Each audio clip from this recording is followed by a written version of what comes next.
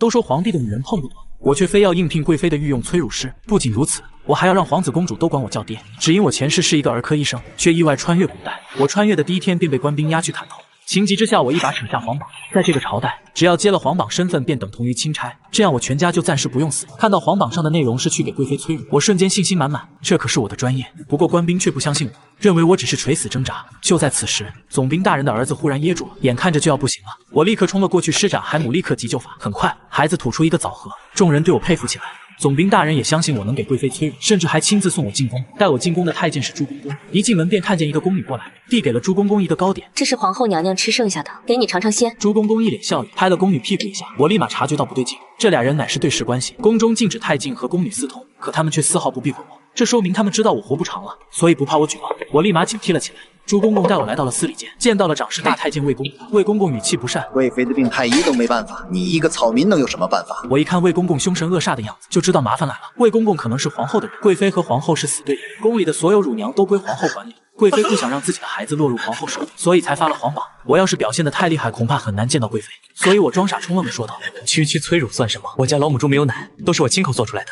魏公公闻言大笑起来：你真是个人才啊，洒家很欣赏你，你快去给贵妃做吧。朱公公带着我来到了皇嗣所，这里是专门负责小皇子的地方。接待我的是林公公，一见面林公公就给了我一瓶毒药，让我去毒害皇后的女儿琼儿公主。我假装答应下来，让他先带我去贵妃那里。他带着我来到了一个寝宫门口，让我自己进去。进去之后，我才发现不是贵妃寝宫，而是皇后寝宫。进去之后，我瞬间傻眼了，皇后已经洗过了澡，听到我进来，直接扑进我怀里，吃起了嘴。我很快反应过来，这是有人在给皇后做饭。不出意外的话，皇帝很快就要来了。我赶紧推开皇后，快住嘴！皇后拉开窗帘，发现是我，瞬间脸色大变。混账，你是谁？我赶紧说道：娘娘，来不及解释了，快让我藏起来。我话还没说完，外面就传来太监的声音和皇上沉重的脚步声。我赶紧藏在了皇后的床底下。我看见一双龙靴在我面前走来走去，紧张的冷汗直流。皇上明显是听说了什么，开始翻箱倒柜的检查起来，眼看着就要找到我这里。忽然外面一个太监跑了进来，说道：皇上，不好了，25皇子轰了！皇上瞬间暴怒，什么？他赶紧跑了出去。皇后松了口气，也赶紧跟着皇上出去了。到了门口，皇后对宫女白玉说道：把床底下那个人处理掉，手脚干净一点。白玉点头，回到寝宫里面，却发现我早已经逃走了。此时的我刚逃出坤宁宫，就碰上了一群太监和宫女，我混在他们其中，想着去找贵妃，可是他们却带我来到了娴妃寝宫。死去的皇子躺在大便上，皇上和娴妃都是悲愤不已。我环顾四周也没有找到贵妃，却看见了那个害我的林公公。公公为何害我？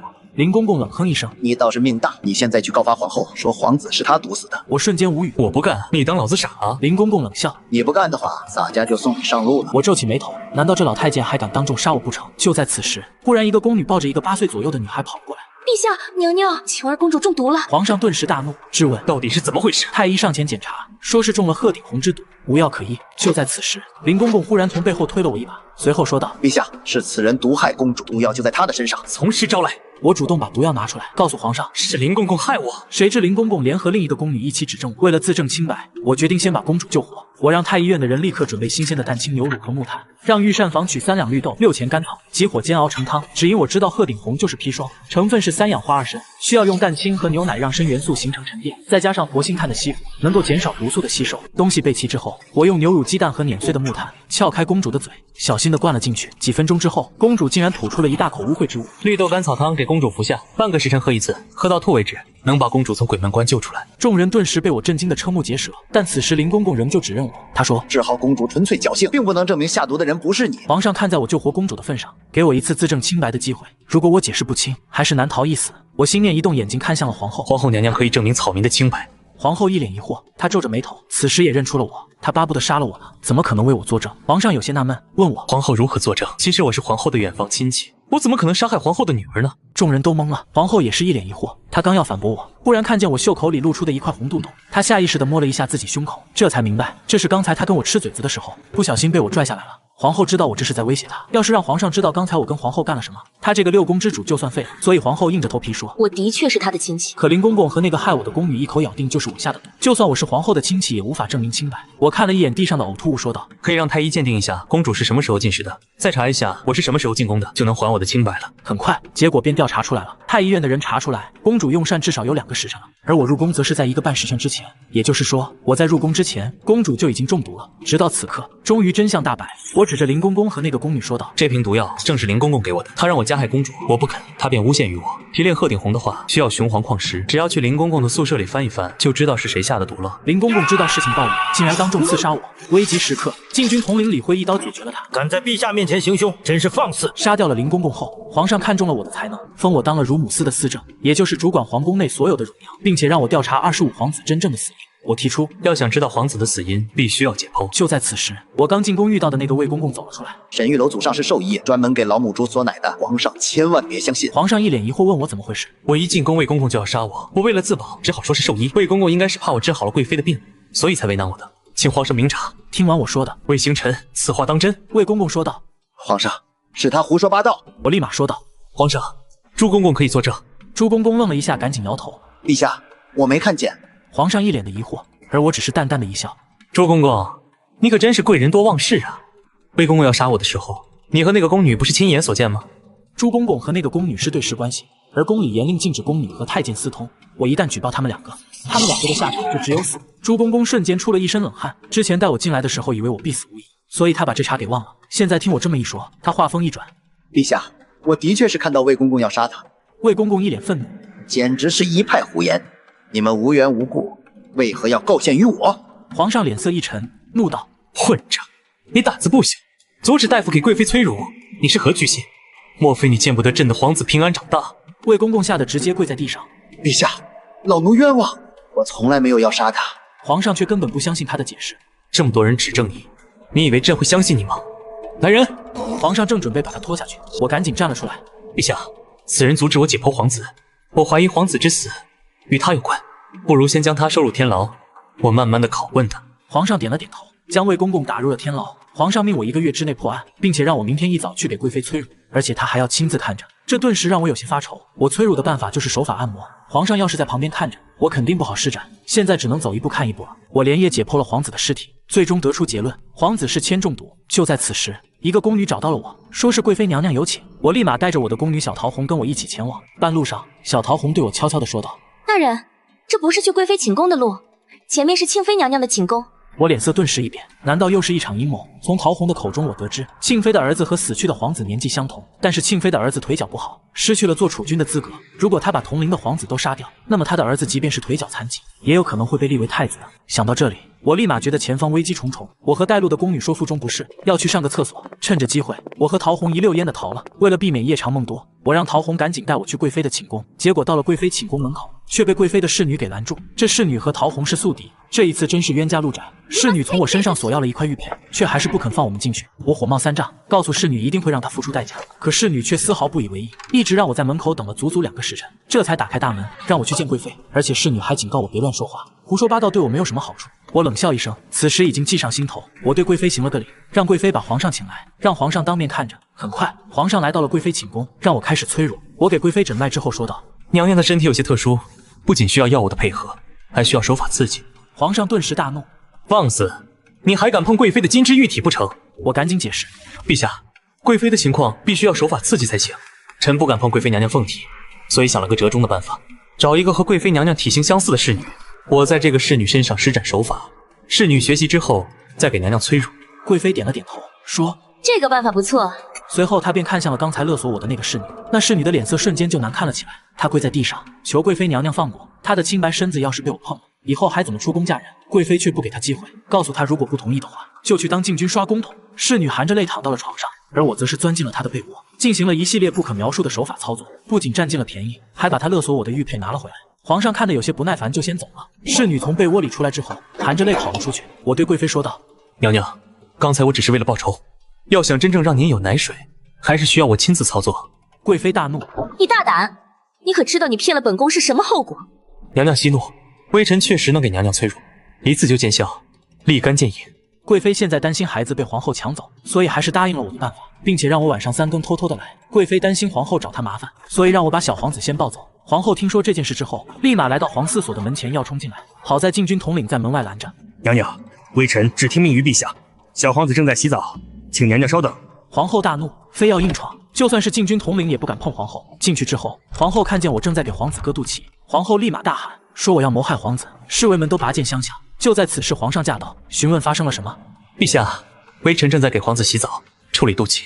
皇上看到小皇子甚是可爱，龙颜大悦，斥责了皇后一通。就在此时，皇四所原来的女官突然回来，她很不服气我抢了她的职位，要跟我比试一场，就比做辅食，看孩子更爱吃谁做的。皇上同意了这场比试，女官立马去准备她最拿手的鱼子粥，而我则是让陶红将大米磨成粉，并且滴入水果汁，制作这个朝代没见过的水果米粉。很快，我们2人都制作好了，给宫里的3个孩子来品尝。3个小孩吃着女官的鱼子粥，都狼吞虎咽。然而我把水果米粉拿过去的时候，几个孩子都推开鱼子粥，疯抢我的米粉。最后一个孩子要吃米粉，却被我拦住。你不能吃。还没等孩子娘问为什么，那孩子立马吐了起来，将吃下去的鱼子粥都吐了出来。我这才解释，这孩子已经积食了，吃下鱼子粥就更严重。我专门为他准备了陈皮山楂水，喝了能好一点。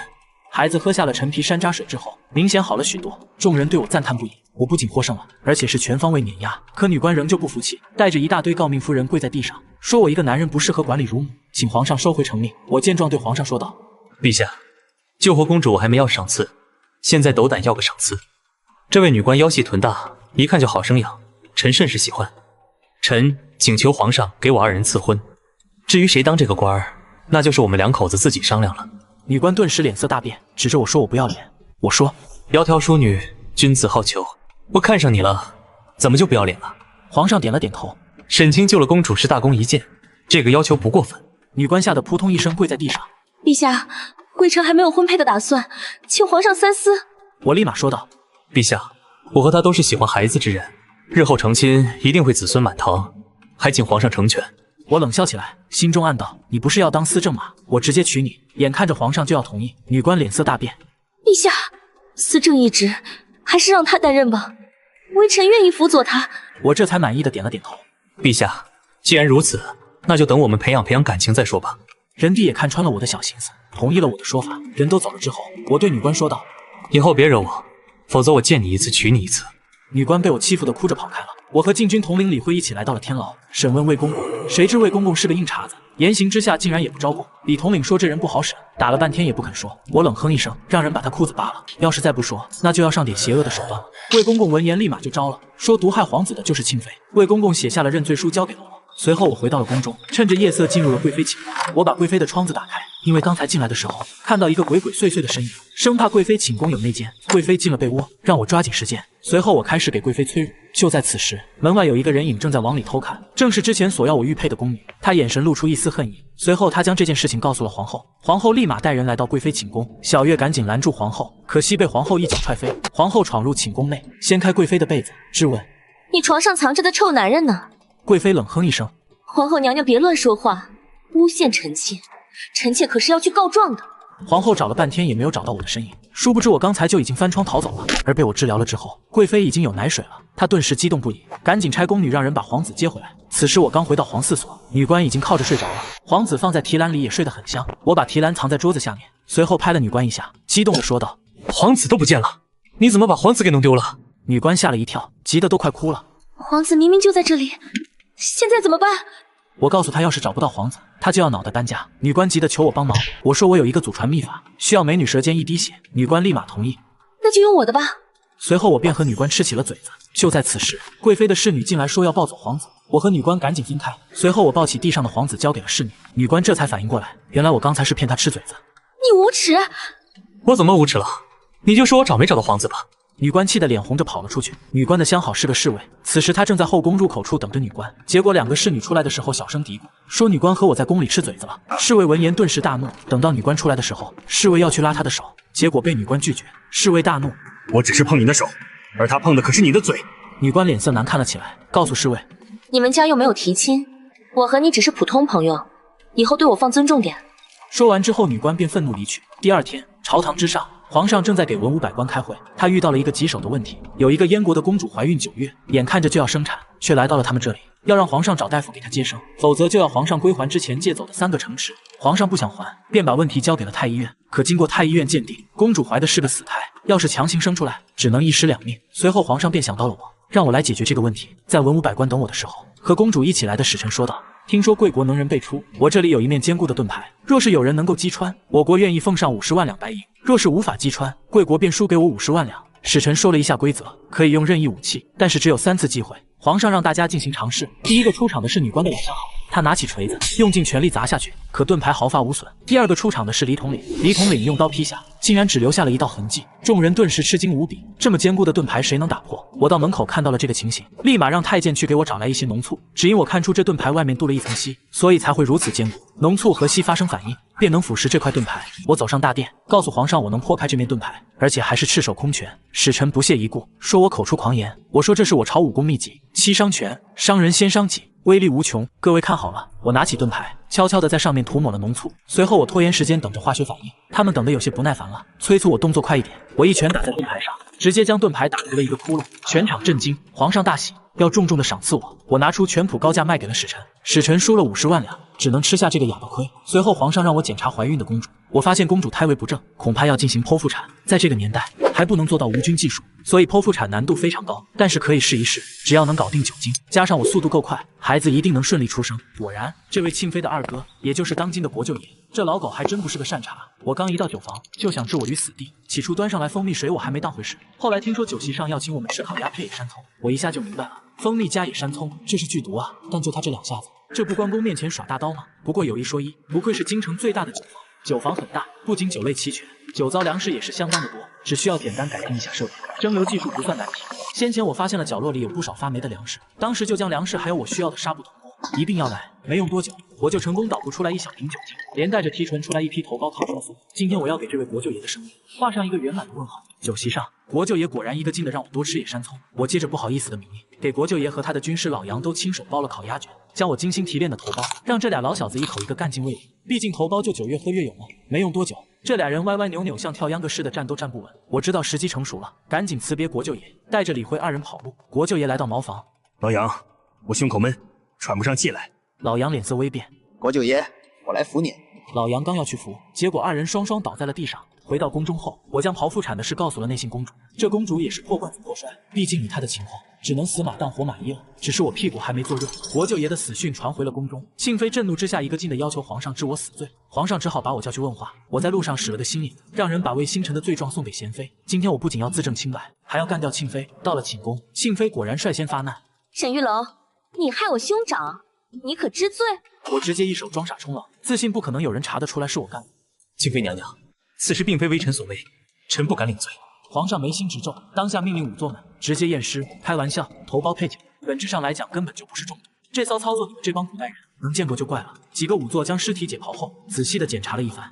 禀陛下，我检尸体中并未发现中毒迹象，仵作的结果和李辉的证词都足以证明我的清白。可庆妃和胡尚书说什么也要对我严刑逼供。正当皇帝老狗犹豫不决时，贤妃带着英勇的光辉杀到。我从来没有看贤妃如此顺眼过。来了，二话不说，当场在皇上面前拿出了我送他的那份魏星辰的口供，直接在皇上面前指认庆妃就是陷害皇子的凶手。我见贤妃如此勇猛，直接顺势而上。皇上，微臣查出来，皇子乃是死于铅中毒，而皇子有一个陋习，写字的时候喜欢咬笔杆。人帝眼里迸射出一抹凶光。宫内的文房四宝皆是由庆妃负责。庆妃，你好大胆子！正当庆妃还在为自己辩解时，外面一个太监喊了一声：“贵妃娘娘觐见。”要不说这宫中一步一个坑，贵妃进来之后二话没说，直接拿出了一支毛笔。这支毛笔的末端竟然是1块钱，并且亲口说是先前向25皇子借的。贵妃这一记窝心拳打得庆妃百口莫辩，姜还是女的辣。皇上果然龙颜大怒，当即将庆妃打入冷宫。但我深知这天下没有永远的敌人，只有永远的利益。第2天晚上，我来到冷宫，庆妃依然对我不理不睬。我率先开口：“娘娘，如果23皇子的腿忽然治好了，会如何？”庆妃果然是个聪明人。你想要什么？那我就开门见山了，我要国舅爷的酒坊，还要帮你也看看腿。庆妃虽然恼怒，但她自己心里清楚，她没退就是死。这庆妃的大长腿确实是人间一绝，作为少妇杀手的我岂能放过她？策马奔腾就当是在她身上收的利息。半晌过后，庆妃擦了擦嘴：“沈玉楼，你别骗我，否则你不得好死。”我头也没回，提上裤子走了出去。出来后的我直奔凤仪宫，给贵妃催乳的大事，我一直惦记着呢。但是好巧不巧的，才刚走到门口，就听见里边传来男人的声音：“我只是男友几年，你为何已经嫁给了皇帝？”这贵妃竟然还有个相好人。正当我接着往下听的时候，她那该死的奴婢发现了我。谁？我皱起眉头，出门真是没看黄历。我内心骂娘，但面上伪如老狗。走进寝殿，那男人已不知去向。贵妃看着我试探着问道：“沈大人可是刚来？”微臣刚刚进院，娘娘这2日奶水可还充足？奶水足够，沈大人不必担心。我装作什么都不知道的样子，赶紧离开了凤仪宫。可我二人心知肚明，下次见面可要小心了。天亮之后，秦贵如几人打扫出来一间手术室，虽然条件差了些，但好在开了天窗，勉强算是无影灯的平厅。几人这些天也受过我的培训，有了几分底气。内心公主此刻已经躺在了特制的床上。秦贵如深吸一口气，沈玉楼，你有把握吗？事到如今，只能硬上了。此时的门口，人帝正坐在椅子上，和皇后有一搭没一搭的聊着。只是那公孙长林却好像话里有话，非要让他们先锋大将宋虎与李辉比试一番。正当李辉全神贯注对付宋虎时，一支五人小队突然冲了出来，二话不说，抬手砍了几个挡在身前的太监，直奔着人帝就杀了过来。人帝脸色大变，身旁的太监大喊了一声护驾！随后这太监冲到人帝跟前，噗，一刀砍在他的胸口。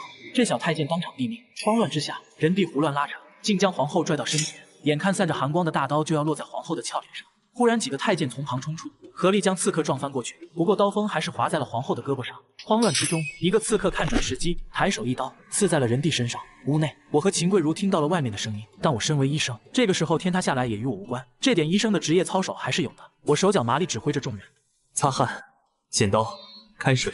当胎儿取出来时，已经浑身发紫，毫无血色。我用力地弹了弹他的脚掌，伴随着孩子的哭声和秦贵如崇拜的眼神，我悬着的心终于是落地了。此时外面也传来消息，皇上重伤，刺客全部伏诛。正当我准备去看看老皇帝的时候，忽然冲出来几个太监，大喊：“贵妃有令，沈玉楼刺杀圣上，意图谋反，杀无赦！”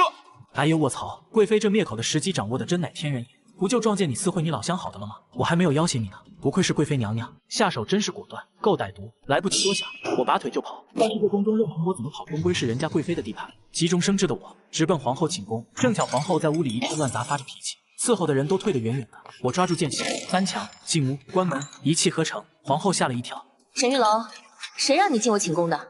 滚出去！我直接就是往皇后床上一躺，跟皇后摊牌。我手里拿捏着贵妃的把柄，所以她才要杀我。你帮我，我把她的把柄告诉你。你在这后宫之中也没多少人听你的，你我何不暂且联手？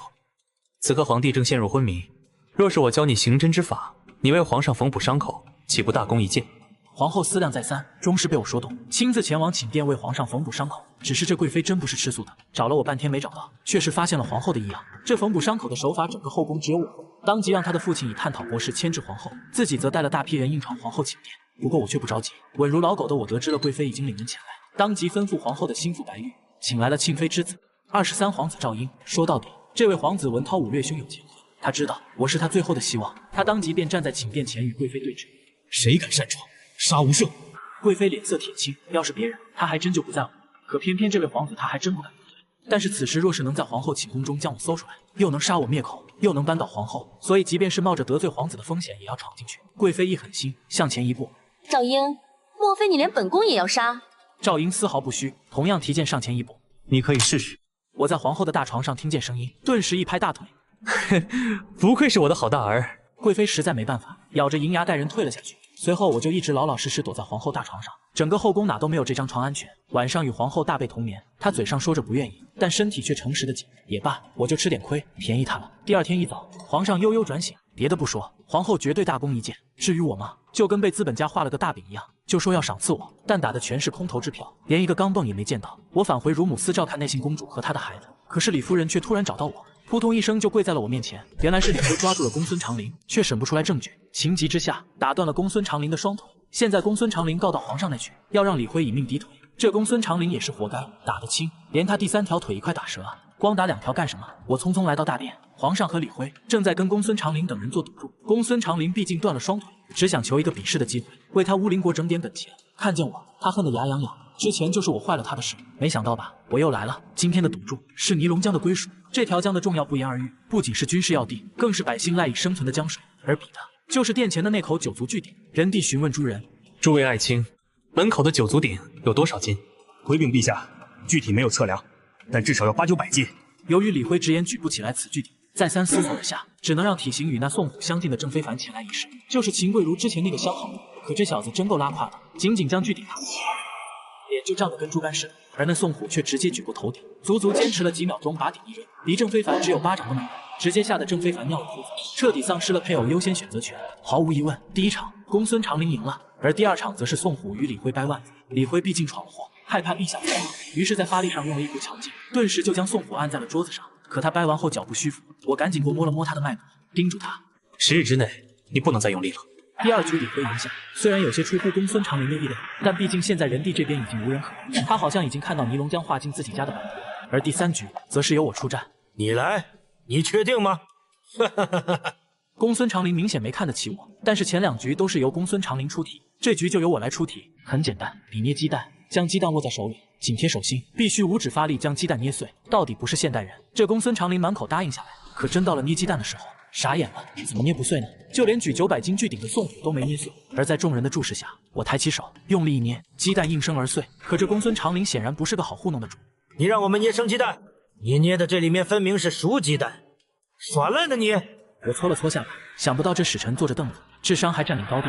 我又拿了一个鸡蛋，这次我偷偷加了点醋，一捏，散落的生鸡蛋顺着我的手流到了地上。公孙长林撅着腚一通检查，愣是没看出什么毛病，只能认栽铩羽而归。不仅丢了尼龙江，连宋虎之前也算在赌注里输给了人地，把这老皇帝给高兴的，当即就赏了我一套豪宅外加黄金100两。而我也顺水推舟做了个人情，替李逵免了处罚。正当我乐得直淌哈喇子的时候，老皇帝接下来的一句话着实给我吓了一跳。朕决定赐婚沈玉楼与司仪郡主，下月完婚。这老皇帝怎么好像生怕我反悔似的？果然，从李逵那得知，先帝驾崩后，上演了一出兄弟夺嫡反目的戏码，最后人帝胜出，而这位司仪郡主的父亲惨死在了人帝的刀下。人帝为了向世人证明自己是个仁慈之君，对几个兄弟的遗孀和子嗣都非常照顾。现在的司仪郡主已经年满18，一直没有婚配，普通人配不上，有些地位的又怕以后难以高升，毕竟是王爷遗孤，人帝即便再火大，也不会让他的夫婿手握重权。所以我也算是帮了这老皇帝一个大忙。而宋虎则被派遣到我这乳母司，这家伙脾气暴躁的紧，嗓门跟村里大喇叭似的，被我打发去跟陶洪学女工了。这位乌林国第一猛将，心气高着呢，我得好好磨一磨他。只是酒房还是没彻底落到我手里，庆妃那边还是得再走一趟。自从我答应治好他儿子的毒，庆妃乖顺的像小猫一样，我要什么他给什么。一番云雨过后，成功的让他修书一封，让他老爹抓紧把酒方给我。回到乳母司，豆豆、秦桂如和陶洪这2个冤家，日子好不快活。正当我聚精会神打算好好挑挑房子的时候，突然一个宫女来到我跟前。沈大人，郡主让你有时间登门拜访。我刚要回话，那侍女已经跑掉了。我转念一想，真是天冷了就有人来送褥子，我正愁不知道怎么去找胡尚书呢。要是直接大摇大摆的走进去，会不会被五马分尸还真不好说。但带着郡主可就不一样，借他10个胆子他也不敢动手。说干就干，我当下带着宋虎直接来到了郡主府。只是这郡主府不仅门口一堆暗哨，进来之后，里边跟80年代农村小破房似的。在侍女的引荐下，来到屋内，刚进入房间，一股茶香味扑面而来。房间正中摆着一张小桌，小桌后面正坐着一个倾国倾城的绝色美人。沈大人请坐。见过郡主。要说先前的侍女身上有补丁也能理解，只是这郡主身上竟然也有补丁，这主仆2人着实有点惨。而且这位郡主的开场白还不太一样。其实你娶了我，不出意外，你我最多还有2个月可活。这话倒还真是刺激到我。这次皇上被刺，其实是本郡无水，战军则被靠着叛军手里正是眼前这位郡主的亲生舅舅，借着郡主的名号四处招兵买马，预计2个月内便会起兵。要不说苍天待我真是不薄，这火坑真是一个接着一个。我当即就想跟郡主撇清关系，但是圣旨已下，违背皇命，一样要掉脑袋，只能走一步看一步。当下还是先找尚书要紧，于是我带着司仪郡主前往胡尚书家拜访。有道是仇人相见分外眼红。我刚带着郡主来到胡尚书的家门口，就冲出来不少府兵。要不是仗着宋虎这位乌林国母，今天估计得吃点亏。只见宋虎3拳2脚就将府兵打倒，一时间竟无人敢上前。胡建业此时恨得牙痒痒，恨不得现在就扒了我的皮。但宋虎颇有一副当官万夫莫开的气势。沈玉楼，你好大的胆子，竟敢来本官府中！真以为本官奈何不了你吗？胡大人，你误会了，我们是来请您操办婚事的。操办你娘！弓箭手准备！就在这一剑拔弩张的时刻，门外忽响起一道声音。圣旨到，吏部尚书胡大人接旨。圣旨一到，满院子的人果断放下手中的武器，跪下接旨。人帝的意思也很简单，就是要求胡建业全力配合我，尽可能满足我的要求，把我和郡主的婚事办得风风光光的。见我有圣旨加身，胡建业的态度当即来了个180度大转弯，就好像刚才的剑拔弩张从来没有发生过，把宋虎这一乡人看得一愣一愣的。而来送圣旨的人，我定睛一看，这不是贵妃那个相好的张新杰吗？好家伙，真是送羊入虎口。贵妃的小辫子这不就抓住了吗？我当即邀请他一块留下在胡尚书家吃饭，丝毫不顾胡尚书想刀了我的眼神。这小子也是个愣头青，能和这么多大人物一块吃饭，他也是满口答应下来。还真别说，我跟司仪郡主有种相见恨晚的感觉。但凡我看上了尚书家什么东西，他立刻双眼抹泪，动不动就要厚着脸皮找皇上讨要。胡尚书能走到今天也真是不简单了。圣旨的压力下，我要什么他给什么，上到5000两白银，下到首饰家具，就连他手上戴的珠子都一并被我讹了过来。吃饭那更不用说，山珍海味可尽造。后来更是扶着墙走出的尚书府，不过我也不白吃他的。庆妃的手写信一老早就递了过去。这胡家家大业大，日后赵英得势，未必不能为我所用。毕竟赵英可是胡尚书的亲外孙啊。与郡主分完赃后，我回到了乳母司，还没等我进家门，就见一个黄四所的小太监迎了上来，说是贵妃的孩子高烧不退，让我去帮忙。开玩笑，前几天追老子跟追狗似的，现在想起我来了。我在一手装傻充愣，啥也没听见，直接带着宋虎来到青楼，听起了小曲。正当我与宋虎喝酒解闷的时候，余光突然瞥见一个熟人，张新杰。张大人，你怎么一个人喝酒啊？沈大人，别提了，心情不好，郁闷。我顿时记上心头，直接拉着张新杰说我曾经有一份挚爱，本想着功成名就去娶她，可是她却嫁了别人。这张新杰一听，顿时老泪纵横，抓着我的手就说跟我是同道中人。随后我借着写诗的由头提议我二人各创作一首诗，祭奠我们死去的青春。这张新杰不愧为状元郎，文笔生花，写的是极富感情，尤其是做的诗里还夹杂着云舒2个字，这可把我高兴坏了。正巧贵妃的皇子不是发高烧了吗？我直接带着这首小诗来到了凤仪宫。贵妃此时绝美的脸蛋已经很是焦虑。我查看了下孩子的问题，拿出少量头孢为孩子服下，随后给到物理降温。经我一番操作之后，孩子哭闹明显少了很多。眼见孩子问题不大，我看了一眼门外还有等候的贵妃。娘娘，让他们都下去吧，我有要事要向娘娘禀报。贵妃自认为这是在宫里，我就算想做什么也没那个胆子，便放松了警惕。直到我将状元郎文采斐然的作品递到她面前，才给了这位贵妃娘娘当头一棒。只见她脸色一白，激动的伸手要抢，给我！我顺手往后一拉，贵妃整个身子都贴在我身上，偏偏她还不敢挣扎，不敢喊。毕竟这要是落到皇后手里，一定会大做文章。万一查出来张新杰曾经私自来过寝宫，那真是跳进黄河都洗不清了。啥也别说了，我咧嘴一笑。现在贵妃就是待宰的羔羊，直接搂进被窝，策马奔腾，好不快哉！半晌后，我提上裤子，神清气爽。娘娘，催乳要3次才行，刚才是第2次，明晚我来第3次，娘娘可要做好准备。沈玉楼，你不是人！管他说什么，我直接潇洒离去，留给他一个英俊而不可及的背影。走在回乳母司的路上，远远就看见陶凤车见，我当即直奔御书房。微臣参见皇上，平身吧。这老皇上这么晚了还没睡，也没宠幸妃子，可见真的是力不从心了。沈玉楼，朕待你不薄，你要忠心于朕，切勿卷入后宫的争斗当中。朕要的是皇嗣平安，你明白吗？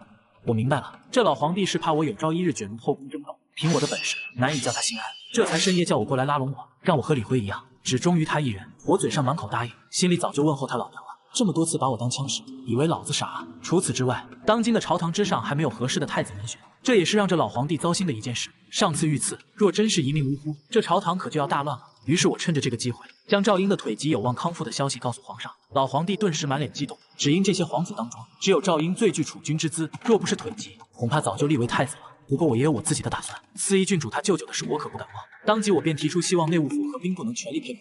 内务府倒是说得过去，可这兵部引起了老皇帝的疑心。你要调遣兵部做什么？臣需要金刚，当前国内留的苏刚不足以应对皇子的腿疾，所以需要兵部相关人员的配合，锻造金刚。见我如此说，老皇帝不疑有他，当即拟旨命兵部一应人等，见尔如朕亲临。此系密旨，兵部除炼钢工匠外，其余不可调动。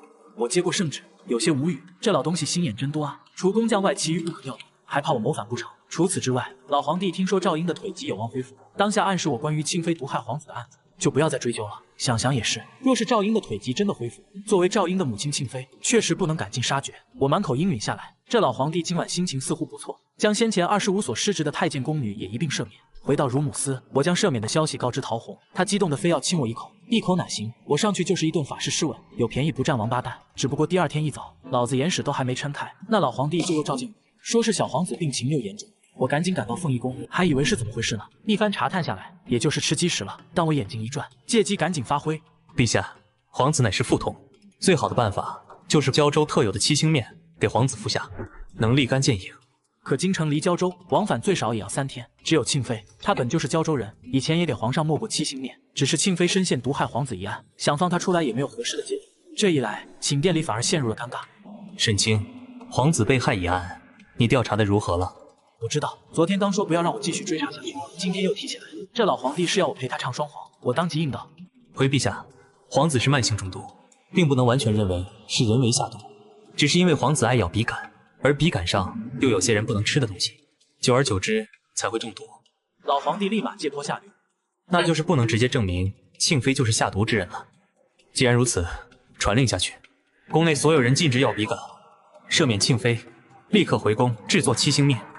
沈玉楼，你去迎一下庆妃吧。我当即快步来到景阳宫，将皇上赦免的消息告知庆妃。庆妃简直不敢相信自己的耳朵，眼眶泛红，紧紧地搂着我的脖子。毕竟我先答应她，这些天就能放她出来，而且我还真的做到了。先回去吧，七星面虽然没什么用，但也得用心准备一下。好。庆妃整理了下仪容，跟着我回到了寝宫，开始制作七星面。回到寝宫，我倒是和庆妃保持了距离，因为我知道皇上可能快来了。果不其然，刚开始做七星面，外面就传来皇上驾到的声音。参见陛下。平身吧。只是冷宫里走这一遭，庆妃对皇上的态度也是不冷不热，就连皇上晚上要在她这里留点子孙的想法，她也以身体抱恙拒绝了。她能回宫，最感激的人是我，而不是皇上。安排好宫里的事后，我带着宋虎来到了郡王府。今天还有大事要办。进入房间后，我并退了宋虎，当着郡主的面，直接用剪子剪开了圣旨，将我可以调动兵部的部分剪了下来。这可吓了郡主一跳。你胆子太大了，这可是杀头的罪过。管不了那么多了，你把这部分圣旨送给你舅舅，就说我掌握了兵部大权，可以和他里应外合，共谋大事。但是我们还需要个第三者，这个第三者必须要身份尊贵，足以证明我们是要铲除叛军，而不是真的要和叛军勾连，意图谋反。这个人我早就想好了，就是23皇子赵婴。现在只有我诚心辅佐他登上皇位，他一定会上我这条贼船，而且剿灭叛军之功，也是以后有望立为太子的关键。我将与皇子商讨的地点定在胡家，毕竟也关系着胡家的前途。倒霉的尚书大人不明又被吓了一跳，赶紧吩咐下人把值钱的东西都藏起来。到了胡家后，我直接透露殿下的腿疾3个月之内必定完好如初，并希望赵婴能争夺储君之位。赵婴大喜过望，可胡尚书却冷哼一声：8皇子、9皇子皆有争夺储君的能力，可不是殿下腿好了就能稳操胜券的。若是殿下有剿灭叛军的军功傍身呢？赵婴和胡建业的脸色均是一变。若真有军功傍身，那储君之位几乎是囊中之物。若是赵婴以后成绩大同，那胡家在这京城便可以一手遮天。想到这，胡建业的呼吸都急促了起来。虽然胡家公子的死很可能和我脱不了干系，但眼下赵婴立储的事明显更为重要。那半截圣旨如果能将郡主舅舅吸引过来倒还好，如果不来，完全可以让内信公主修书一封，让燕国在边境制造混乱。如此一来，尚书利剑加上皇子自行处理，便会顺理成章，事情都交代清楚。我与郡主乘坐尚书大人的马车回府。他马车不错，把管家赶了下去，车归我了。在车里与郡主捏捏小手，再亲个小嘴，当真是快活。送回郡主后，我与宋虎便返回宫中。就在马上回宫的时候，忽然看见远处有一人正在被追杀。我定睛一看，这不张新杰吗？我当即便让宋虎将人救下。宋虎3拳2脚将杀手放倒。此时的张新杰已然浑身是血，看到后我面色大喜。沈大人，多谢救命之恩。张新杰，那日你去后宫，是谁带你过去的？张新杰直接懵了，这是刚出狼洞又入虎穴。起初他还装傻，硬说自己没去过。但是当宋虎的大刀架在他脖子上之后，他跪的那叫一个快，当即脱下衣袍，咬破手指，将那晚私自进宫的详细事宜尽数书写。停，后面你写，你和贵妃上床，重温旧情。在我的威逼之下，张新杰按我的意愿写完了这份认罪书。我满意的点点头，将衣袍收了起来。在临走之前，宋虎的武力镇压之下，那名杀手说出了是奉贵妃之命前来行刺的事实，这让张新杰万念俱灰。想不到他的白月光竟要杀他灭口，于是他满怀最后的期望。沈大人，你那个嫁了人的青梅竹马，也会如此对你吗？我冷冷一笑，那是为了接近你，唬你的。我要是活成你这个逼样，不如死了算了。张新杰张了张嘴，想骂人又不敢，最终坐在地上嚎啕大哭。拿到了这份血书之后，我便带着宋虎回宫。上次一首诗还不能彻底证明什么，这次可不一样，这是实打实的证据。无论是贵妃还是张新杰，以后都得对我言听计从。回宫之后，我先去看了看内信公主，她身体依旧虚弱，不过却表明招揽我的心思。我在宫中的表现，她全都看在了眼里。她明白我是个不可多得的大才。只是我父母嫂子都在城里，我没法无牵无挂的走。但若日后我走投无路，定然投奔公主。他只好遗憾地点点头，并承诺燕国的大门永远为我敞开。而让我拿不准的是，这位公主好像非常有信心能离开徽国，所以我内心断定，她未必有看上去这么简单。不过不管怎么说，这燕国公主都是我的一条退路。我来到兵部司堂，督促他们打造钢板的事，有皇上令牌在手，他们自然不肯懈怠，预计2、3天就能造好。回到皇嗣所，刚要进屋，正好看见和顺公公端着一个方盘路过。这和顺公公可不是一般人，在宫中这么些年，从来没主动和谁交好过，毕竟是皇上的贴身太监，除了皇上之外，和谁都要避嫌。顺公公，进来喝杯茶吧。也好，咱家正好有些口渴。这可把院子里的桃红看淡了，毕竟这位和顺公公可是想巴结都巴结不上的。和顺将盘子放在桌上，我见牌子全是扣着，心知皇上又没翻任何人的牌子。沈大人，老奴有件事想让你帮忙。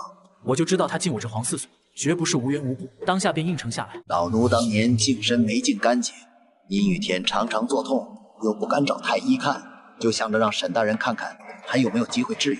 其实这和顺也藏着私心，谁不知道这宫中乌云密布，万一要是走漏了风声，保不齐就得掉脑袋。而我就不一样了，刚来皇宫没多久，为什么要是欠我的人情？我肯定是愿意的。我一听就明白了，这位和顺公公还想恢复男人的美，估计是晋升的时候太过年幼，全部切除死亡率太高，所以就留了一部分。随着身体发育，估计是长出来的些许。我立马将和顺公公引进后堂，我给他仔细的检查了一番。只不过这种情况我也没碰见过。沈大人，你看我还能有子嗣吗？顺公公，有机会，不过需要动刀子。和顺一听，大喜不忘。沈大人，如果你真能治好了咱家，你就是咱家的再生父母。和顺公公果然是做了万全的准备，下个月他有10天的探亲假期，完全可以避开术后恢复的日子。我一听，顿时心里有谱，给他开了个服药，让他先回去准备准备。和顺连连道谢，离开了皇司府。只是可能是因为太不高兴，事情的牌子都落在了我这，当即叫讨好干净把顺公公追回来。我看着这些牌子，嘴角勾起一抹冷，把皇后的牌子翻了过去。此时的皇后正在寝宫里大发雷霆，原因无他，还有2日便是千秋节，也就是皇后的生日。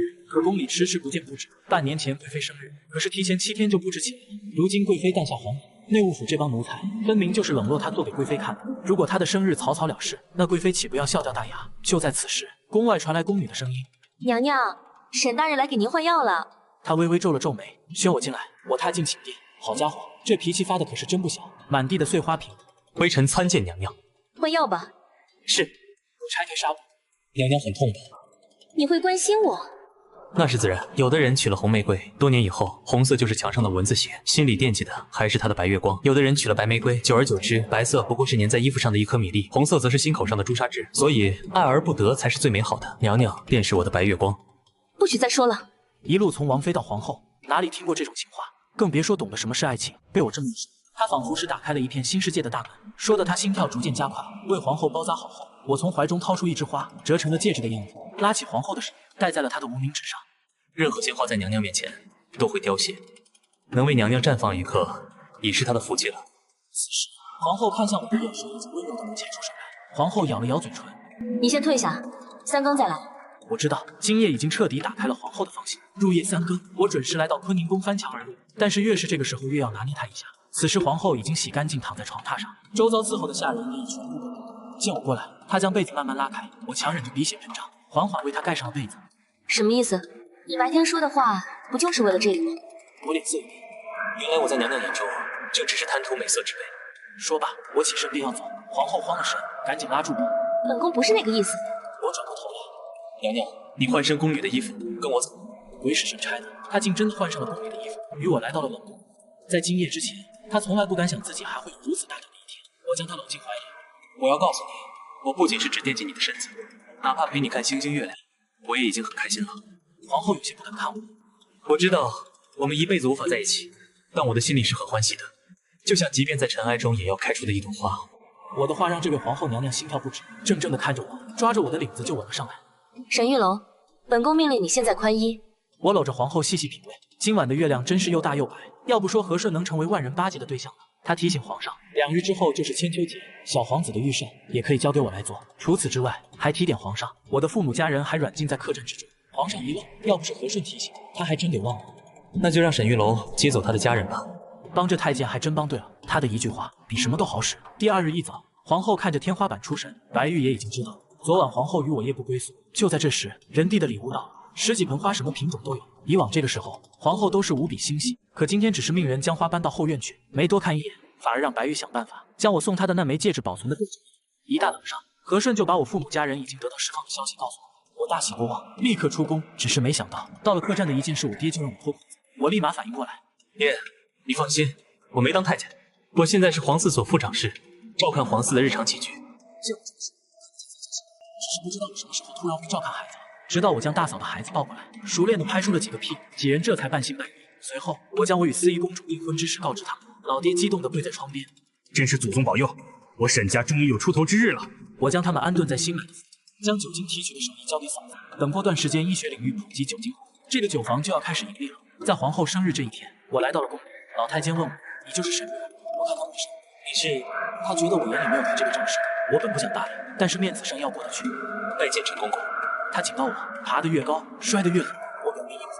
陈公公提醒的是，他威胁让我少出风头。在我进宫之后，皇嗣所的工作他已经插不上手。我微微一笑。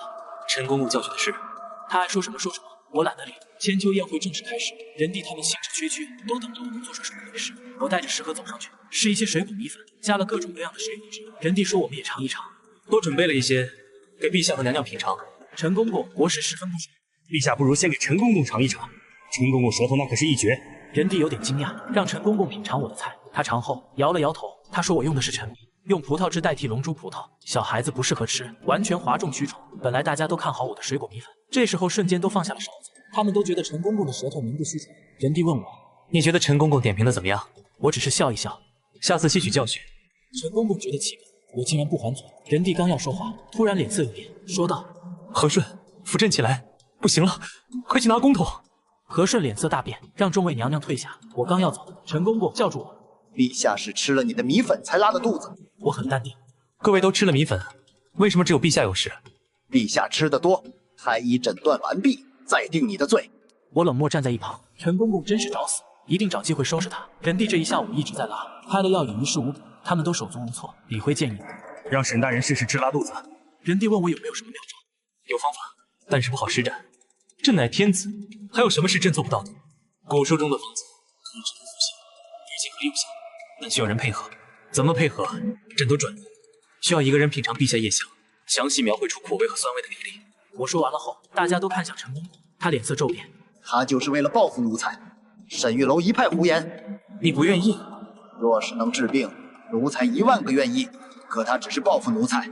只要按照我的方法来做，我必定能给陛下配出药方。如果治不好，我愿承担欺君之罪。我立下了军令状，陈公公极不情愿点头。我愿意。过程中，陈公公数次做，我淡定地问道：酸味、苦味、涩味的比例，让他好好品尝。人弟都看不下去，我便回到了厨房，炒了一碗面，2个蛋黄混合在一起，拿到了养心殿。我让皇上喝了混合物，不知是心理作用，用热水冲敷后，人弟的肚子舒服多了。众人退出养心殿，大家都看到了我的手段，看起来比国师更高。李逵问我给陛下吃了什么，我说和贵公子吃的一样。比例也是随意，我就是故意让沈公公吃屎。人弟睡醒后舒服些。人弟关心完司仪郡主的婚事，打算去皇后那里看看。到了皇后寝宫，她正在写字。人弟埋怨皇后自己送的花没有摆在房间里。出寝宫，人弟皱着眉问道：和顺，皇后是不是不待见朕？哪能啊，皇后可能身体欠佳。素嫔最近如何？还是老样子？人弟2年来都没有宠幸她。今天走到院内，发现素嫔正在刺绣。人弟对素嫔的家世不是很喜欢，但是还是被目光吸引。素嫔看到人弟，便跪在地上求人弟赦免兄长。他每次一见到人弟就哭丧着脸求情，所以皇上不耐烦，这次也怒冲冲的走了。快到御书房。人弟吩咐和顺，让我去给素嫔看看，别死在宫里。我当时正在为过几天的手术做准备，看见和顺等我，我赶紧小跑过去，问道：您怎么来了？沈清，你去给素嫔治病。什么病太医治不了？陛下点名让你去。我点了点头，跟着和顺走。路上我问清楚了素嫔的来头，大概猜出了七七八八。我推门进去，宫女正在骂身穿华服的女人。我咳嗽了2声，宫女行礼，我让宫女退下。素嫔不停咳嗽，瘫坐在地上。我看清素嫔的脸，心中一惊，好美。娘娘，微臣奉陛下之命，给您瞧病。素嫔的手冰冰凉凉，素嫔是染了风寒引起的百日咳，开一些宣肺的汤药。我正准备要走，素嫔拉住我的手道：沈大人，能不能帮我个忙？只要你能帮我，我愿意把身子给你。没等我说话，素嫔2只手拉开了自己的衣襟。我还是完璧之身。我脸色微变，赶紧看向门外，并无他人，松了口气。娘娘要给谁送信？原来是给父亲送信。我和素嫔做了交换，日后会有用到素嫔的地方。我开着他写完信，离开了寝宫。素嫔的爹张举人混得狼狈不堪，我找到了他，上前问道：是张举人吗？他语气不善。有何贵干？我是宫里来的，素嫔让我给你送封信。张举人立马激动起来，他还以为送钱来了，接过信几乎是一目十行，随后十分失望。有个屁啊，连点钱都拿不到，真是废物。撕掉书信后，怒气冲冲的走了。办了这些小事，我准备去给赵英殿下接过。庆妃紧张的说道：沈大人有把握吗？我仔细讲了手术的流程，庆妃默默的给他欺负。人弟也来到了寝宫，庆妃还是借口身子长红疙瘩，拒绝了人弟，久治不好。人弟说让我去治，庆妃推脱男女有别，只好让医女再用点心。众人都在耐心等待，突然出现急奏，前方出现叛军。人弟顾不得赵英的腿，前去御书房。我们3个人正在做手术，手术条件实在有限，没有工具，基本都得靠手。好在这次手术成功了，我简单说了下术后保养，人弟那边却在讨论让我去前线给士兵们治病。我跟着和顺快步的走向养心殿，一路上打听好了事情经过。据说是黑山县来的叛军，按理说郡主派人送来的信应该已经到了，难不成先发兵攻下一城？我要利用这机会把舅舅干掉。我走到养心殿，直接开口说道：微臣愿前往清河县，替陛下分忧。沈玉楼，赐你亡命旗牌，可先斩后奏。当地知府以下官员务必全力配合。我拿着这些和宋虎商量，一起去前线。他皱起眉头道：“你休想让我冲锋陷阵！这次是让你护我安全。”宋虎答应下来，随即我和他去到郡主府，情况都说了一遍。郡主打算让青青陪我一起去，我点了点头，答应下来。我带着青青去胡尚书家一趟，拿着令牌对家中说：“速去请一匹最好的战马来。”从胡尚书家离开后，青青摇了摇头说道：“胡尚书不是那么好欺负的，是生是死都不一定呢，哪管得了这么多？”纵马疾驰，跑了2个时辰，找到一家旅馆，只有2间房。宋虎虎背熊腰，我只能和青青一间房。其实这都是我安排好的。我让他给我打水洗漱，他非常不满，还是给我洗了脸、洗了脚。第2天依旧一路疾驰，依旧剩2间房。我说需要试婚丫头，他挣扎了半天，最后还是躺在床边。又赶了1年路，来到了清河县附近的客栈。这次真的只剩2间房。店小二说最近不太平，睡觉要关好门。我和青青温存过后，宋虎突然闯进来，小声说有人。紧接着张安和3个人破门而入，随即成了手下败将。我让他们仨自报家门，原来是黑山军的人。我认出其中1人是张举人的儿子，他把自己的经历都说了一遍。我立马热情地将张安泽扶起来。我和素嫔娘娘是极好的朋友，我乃太医院院士李怀，还是乌林国的间谍。我潜入辉国是为了摧毁他。人地死了1半的孩子，都是我的功劳。你带我见你的首领，我们可以合作。可以去说，不敢保证能不能成。只要合作，一起攻下辉国，共享天下。等他们仨走出客栈，我把令牌交给宋虎，吩咐他把知府叫过来。胡知府有点不高兴，叫本府来干什么？宋虎，让他跪下说话。你可知今晚本官差点遇刺？我喊着要杀了他，宋虎掐住了他的脖子。沈大人，饶命！我下令放下他，又打了他1巴掌。胡知府咬着牙，你何必这么吓唬我？难道是皇上派下来的暗查使？想到这，胡知府对我的态度变化很大，还要打点一下，我很满意。了解了一下叛军情况，让他第2天准备砒霜。叛军这边，他们思虑再三，答应我们去到军中。由于我还没拿到砒霜呢，我们显然没有战斗力，看来得随机应变了。蒋展鹏认出宋虎，对白凡点头示意。白凡顿时大喜，给我们3人上了上等好茶。敢问乌林国国王可好？国主身体健康，命我前来寻找志同道合之人，共图大事。白凡点了点头。若是合作，贵国能支持多少兵马？我淡淡的一笑。贵国能拿出多少诚意？白凡明白了我要的事情，拿下清河县，我们平分粮库。现在要钱是不是不太合时宜？此言差矣。只有我军出战，才能3日之内拿下清河县。我军只要钱，不要粮食。几人经过一番商讨，决定以5000两白银换我方1万文马。我当场写下休书。白凡觉得没问题，拿出银票给我。我将信交给青青，假模假样的说道：“快马加鞭送回国，2天之内1万兵马将会兵临城下。”沈大人，你拿了真金白银，给我写个凭证，否则不放心。我笑了笑，写下了同盟书，签下了李怀2字，随后卷起来给了冯瑞。便告辞。宋虎将我们送到客栈后，孤身1人回黑山军军营打探消息。白凡在我们走后，发现了那封信下面还有一封，仔细看了一遍，脸色越发阴沉。片刻之后大怒：“来人，把范瑞拿下！”大哥，你这是做什么呀？你在密谋什么？当我不知道吗？范瑞看到信，顿时瞳孔一缩。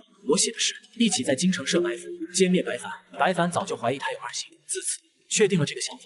大哥，这不是给我的信，蒋展鹏，你害我！蒋展鹏冷笑一声：“事情败露，就说别人陷害你，拖出去斩了。”宋虎见了砍头的阵幕，激动地回到客栈。神了，范瑞真的被杀了！好，明日打道回府。第2天，我们大摇大摆来到了府衙。胡知府正在吃饭。沈大人，您怎么这么早就来了？我冷笑一声：“你这早饭够奢侈的。”沈大人，里面请，一起吃点。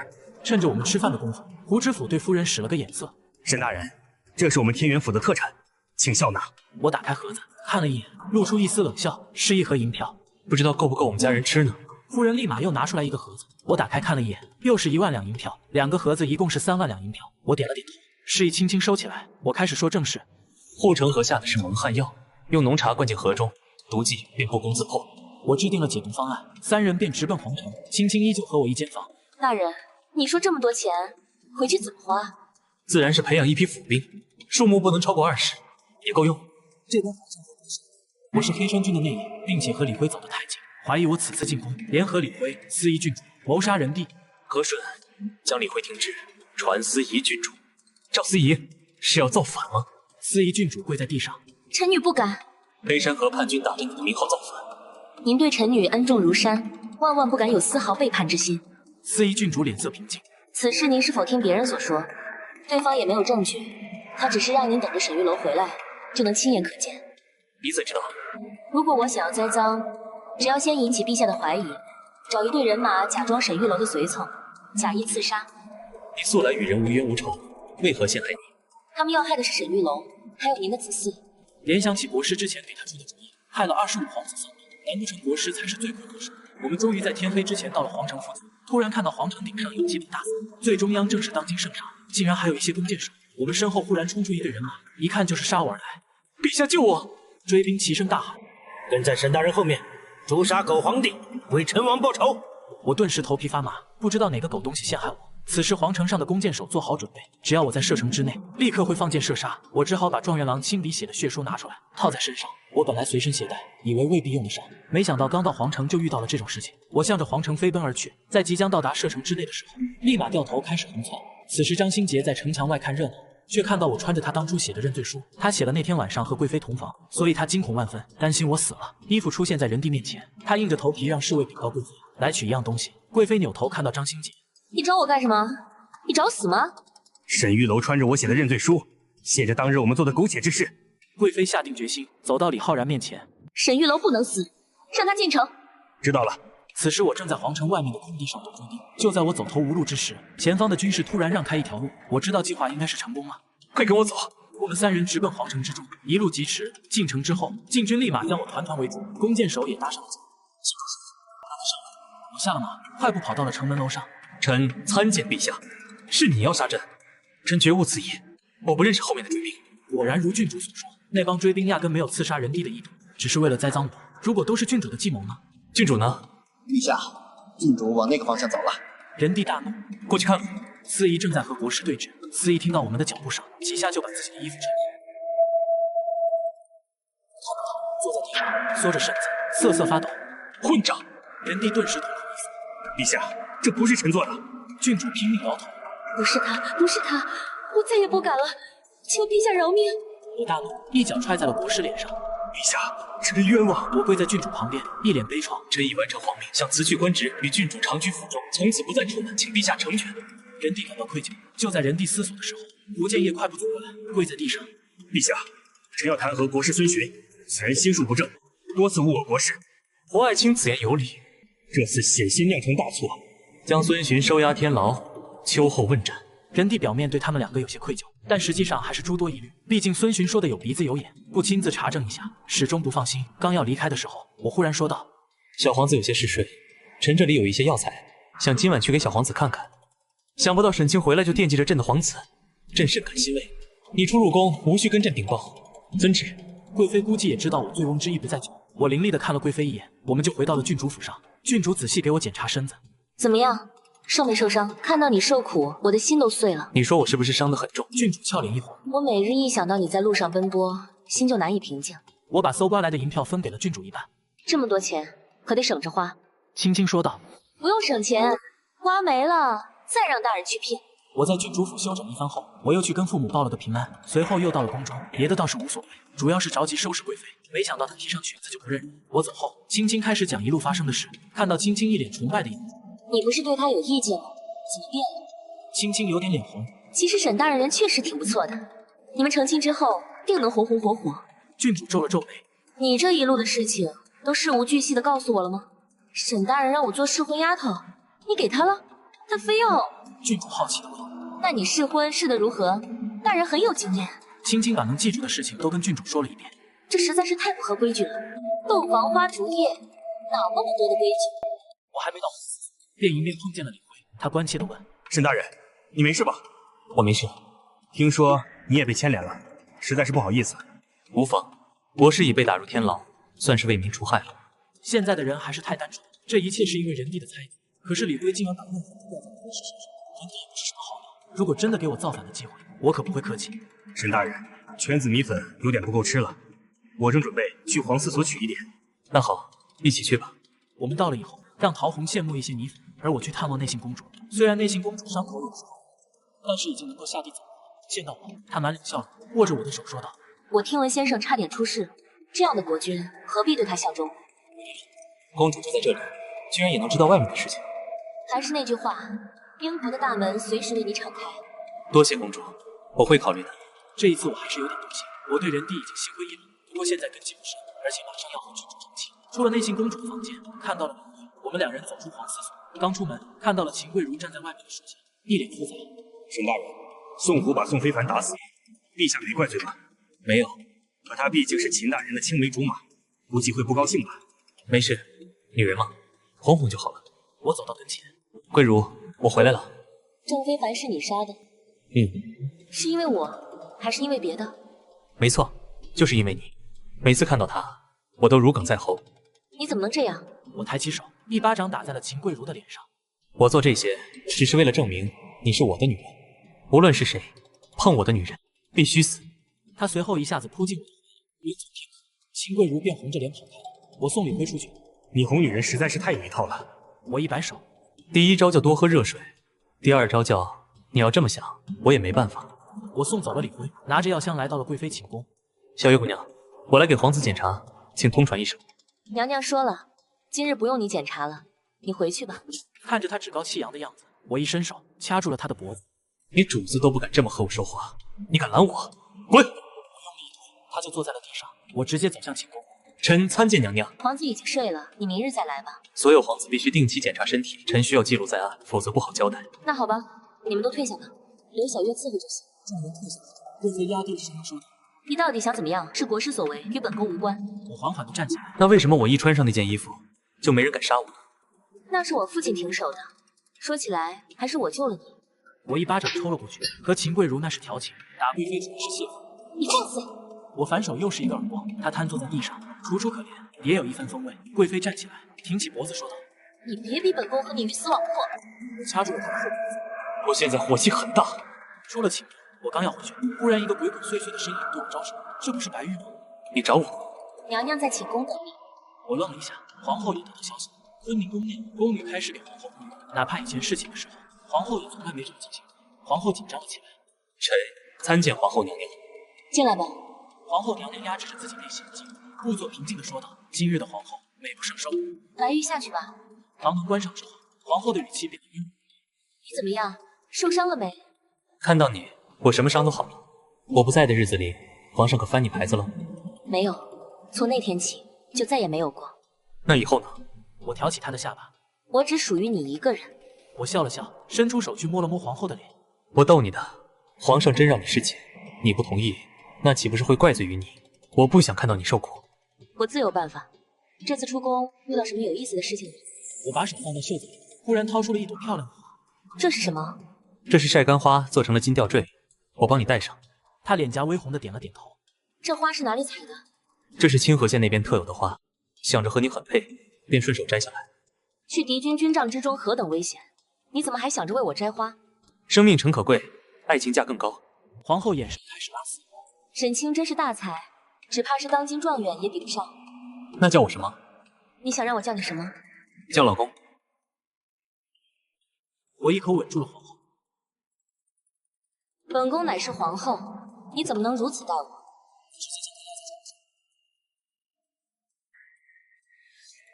今日宗人府终于定下了郡主和我的婚事，日子定在了下个月初，还有半个月的时间。此次婚礼由瑞王主持婚礼。我接到通知的时候，刚请皇后寝宫里出来没多久，和顺神神秘秘的说道：“沈大人，老奴今日下午便出宫10日，你看方便不方便？”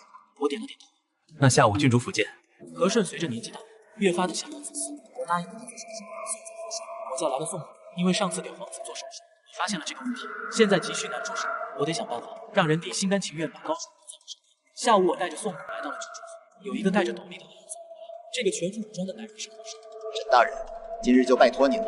慎公公不必客气，沈某定当尽力而为。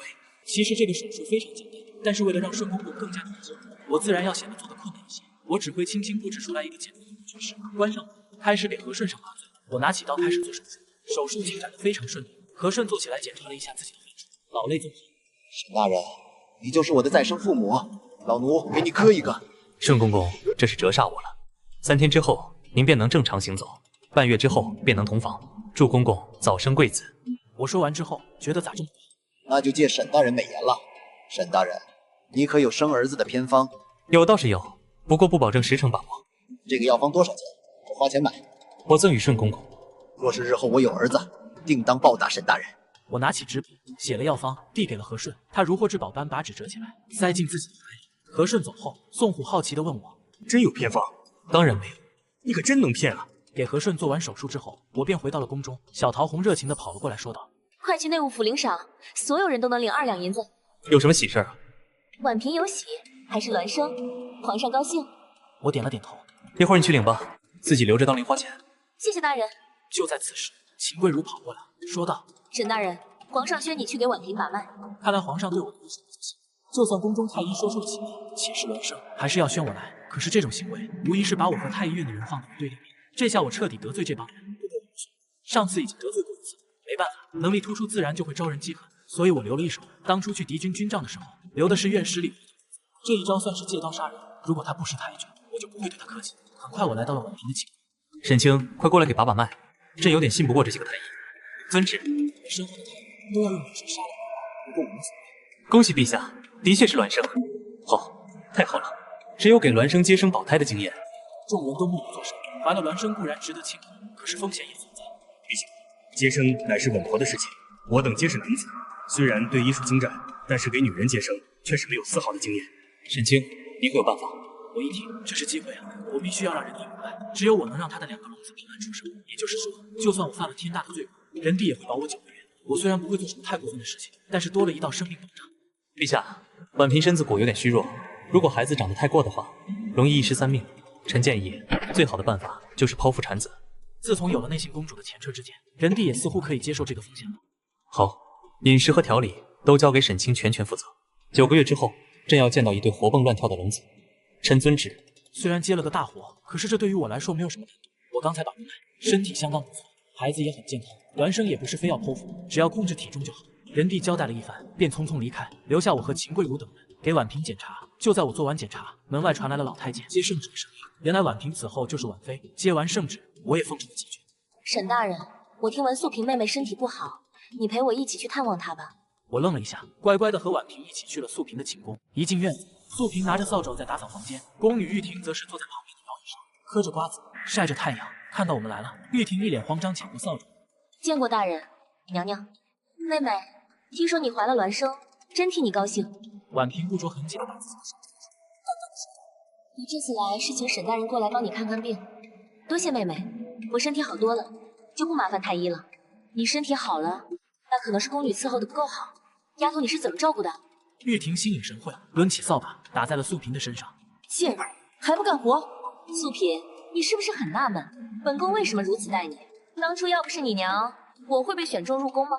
这辈子我最恨的就是你。妹妹，这怎么能怪我？闭嘴！本宫位分比你高。玉婷，掌嘴！沈大人，你好好给他看病，本宫有赏。我无奈的摇了摇头，女人多的地方是非多，我只需要保全我自己即可。婉嫔走后，我向前低声道：“娘娘，进屋吧，我给您看看。”好。能看得出来，素萍日渐消瘦，而且营养不良。玉婷，去准备一些热水，要一点金疮药。是，沈大人。他倒是不敢嚣张。玉婷走后，素萍激动地拉着我的胳膊：“沈大人，我上次托你送的信，你送到了吗？”送到了。国张举人整日在毒房里赌钱，现在应该欠了不少钱。令兄在天牢里面逃了出来，还活着。人没事就好。我这里还有一些财物，麻烦您出去帮我交给他们吧。他找出了一些首饰，虽然成色一般，但毕竟是宫中之物，加起来也能值个180两。看我不太愿意帮忙，素萍吻了上来，被大美女压在床上，我都有点招架不住了。娘娘，我再帮你一次，不过不帮你送信了，我帮你申请个探亲的机会吧。真的？这事对我不难，和皇后打声招呼便是。沈大人，我真不知道该怎么谢你好了。你照顾好自己，就算是对我最好的感谢了。素萍愣住了，心中忽然升起一股莫名的情愫。其实我是习惯了这么说，素萍哪听过这种话呀？就在素萍心跳加快的时候，忽然门口一声暴喝：“好啊，你们2个在做苟且之事，我要禀告皇上！”素萍脸色大变：“玉婷，你站住！”我皱起眉头，竟然拿我当软柿子捏。我一把掐住玉婷的脖子，直到没有呼吸。素萍瘫坐在地上。沈大人，怎么办？娘娘莫怕，一个奴才而已。我洗了洗手，轻轻的手就像是什么都没发生。娘娘在此等候，我让人去找皇后娘娘。素萍一个人看着死去的玉婷，瑟瑟发抖。不一会儿，我就回来了。皇后会不会治我的罪？我笑了笑，一个奴才以下犯上，为何要治你的罪？你放心吧，皇后娘娘人美心善，会为你主持公道。就在此时，门外传来皇后的声音：“沈清，你刚才说本宫什么？素萍吓得扑通一声跪在地上。见过皇后娘娘。我也信了。刚才说皇后娘娘人美心善，皇后凤颜大悦，嘴角压不住的笑。本宫第一次听说这个词。看见屋里躺着的尸体，这是怎么回事？此人正是素嫔娘娘的贴身宫女，对素嫔娘娘大不敬，不仅殴打娘娘，还要抢夺娘娘财物，被我阻拦，臣失手将她掐死。素嫔娘娘，给皇后娘娘看看你的伤口。素嫔露出胳膊上被殴打的刺青，皇后闻言大怒：混账东西，竟然如此对待主子！沈清，你做得对，这种奴才不能留，应该杖毙。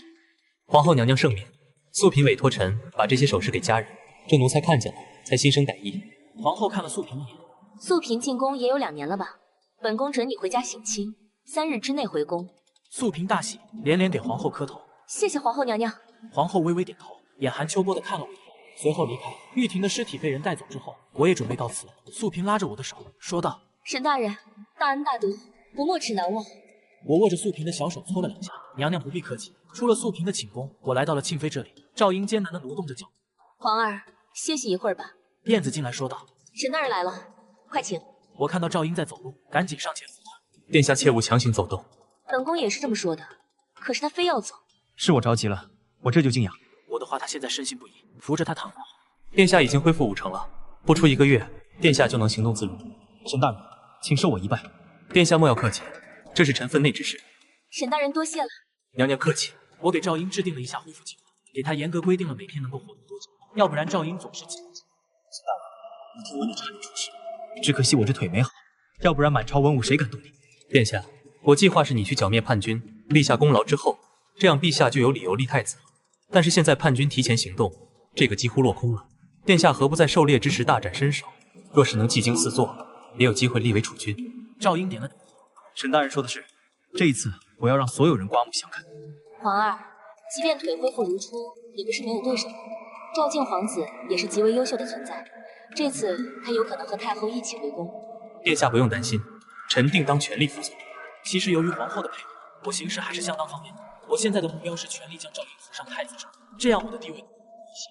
文帝驾崩，赵英登上皇位，我就找赵英要一块地，当一个封疆大吏，逍遥快活。出了庆妃寝宫，我准备去立功，让他们弄点好钢。之前答应宋府给他做一把好刀，我得让他彻底约顺才行。仁帝今天心情大好，若是一下子诞下2个皇子，那就更好了。他突然想到了五台山的老母亲，心中有些愧疚。当初太后自愿退出整顿，才没有闹得那么难看。仁帝要找个机会去试探一下。沈玉楼和郡主成亲，这事就是契机，自然顺理成章回宫。仁帝想和皇后商量，来到坤宁宫，皇后正在写书法，不冷不热。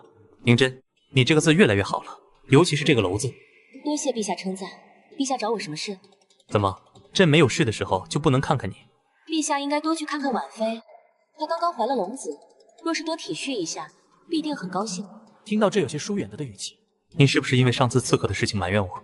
臣妾不敢，臣妾只恨当时没有主动扑过去，挡在皇上前面。皇后还是不肯承担幸福。朕想把太后接回来，你觉得如何？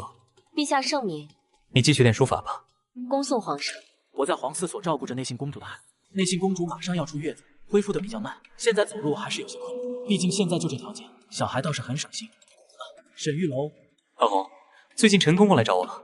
他边摇头边想，陈公公回去之后连吐了3天，什么东西也吃不下，后来请了3个月的假，这段时间不会回来了。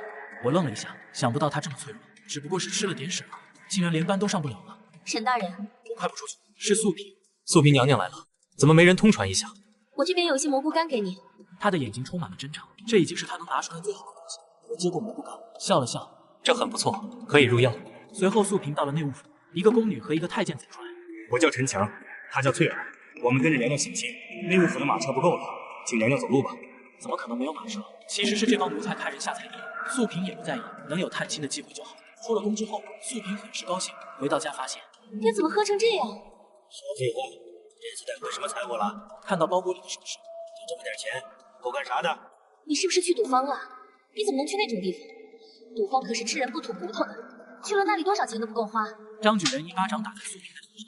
臭丫头，进宫几天，敢教训你爹了？张刘氏走出来，你打他做什么？门外，老张，抓紧还钱！金位爷，再宽恕我几天吧，我实在是没有钱了。你这屋里挺香啊。对，我闺女回来了。你闺女多大？18。拿你闺女抵账吧。那你们不能再管我要钱了。那得看你闺女姿色如何。若是卖个好价钱，自然可以抵账。我闺女可是出了名的俊。真是俊。我们先验货，你把她带东屋来。好，几位爷稍等。素萍刚要起身往东屋走，听见脚步声，这声音绝对不止一个人，从地上捡起一把刀，走了进去。闺女，爹欠了钱，只能把你卖了。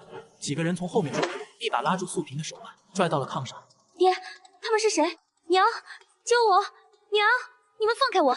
我是娘娘，敢动我，你们10个脑袋也不够砍的。哈哈，你是娘娘，那我就是皇帝老子。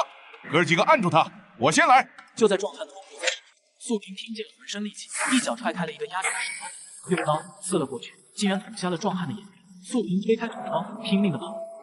素萍的屋子，眼看见一个开场的酒吧，有一个漂亮的女人正在等待。姐姐，救救我！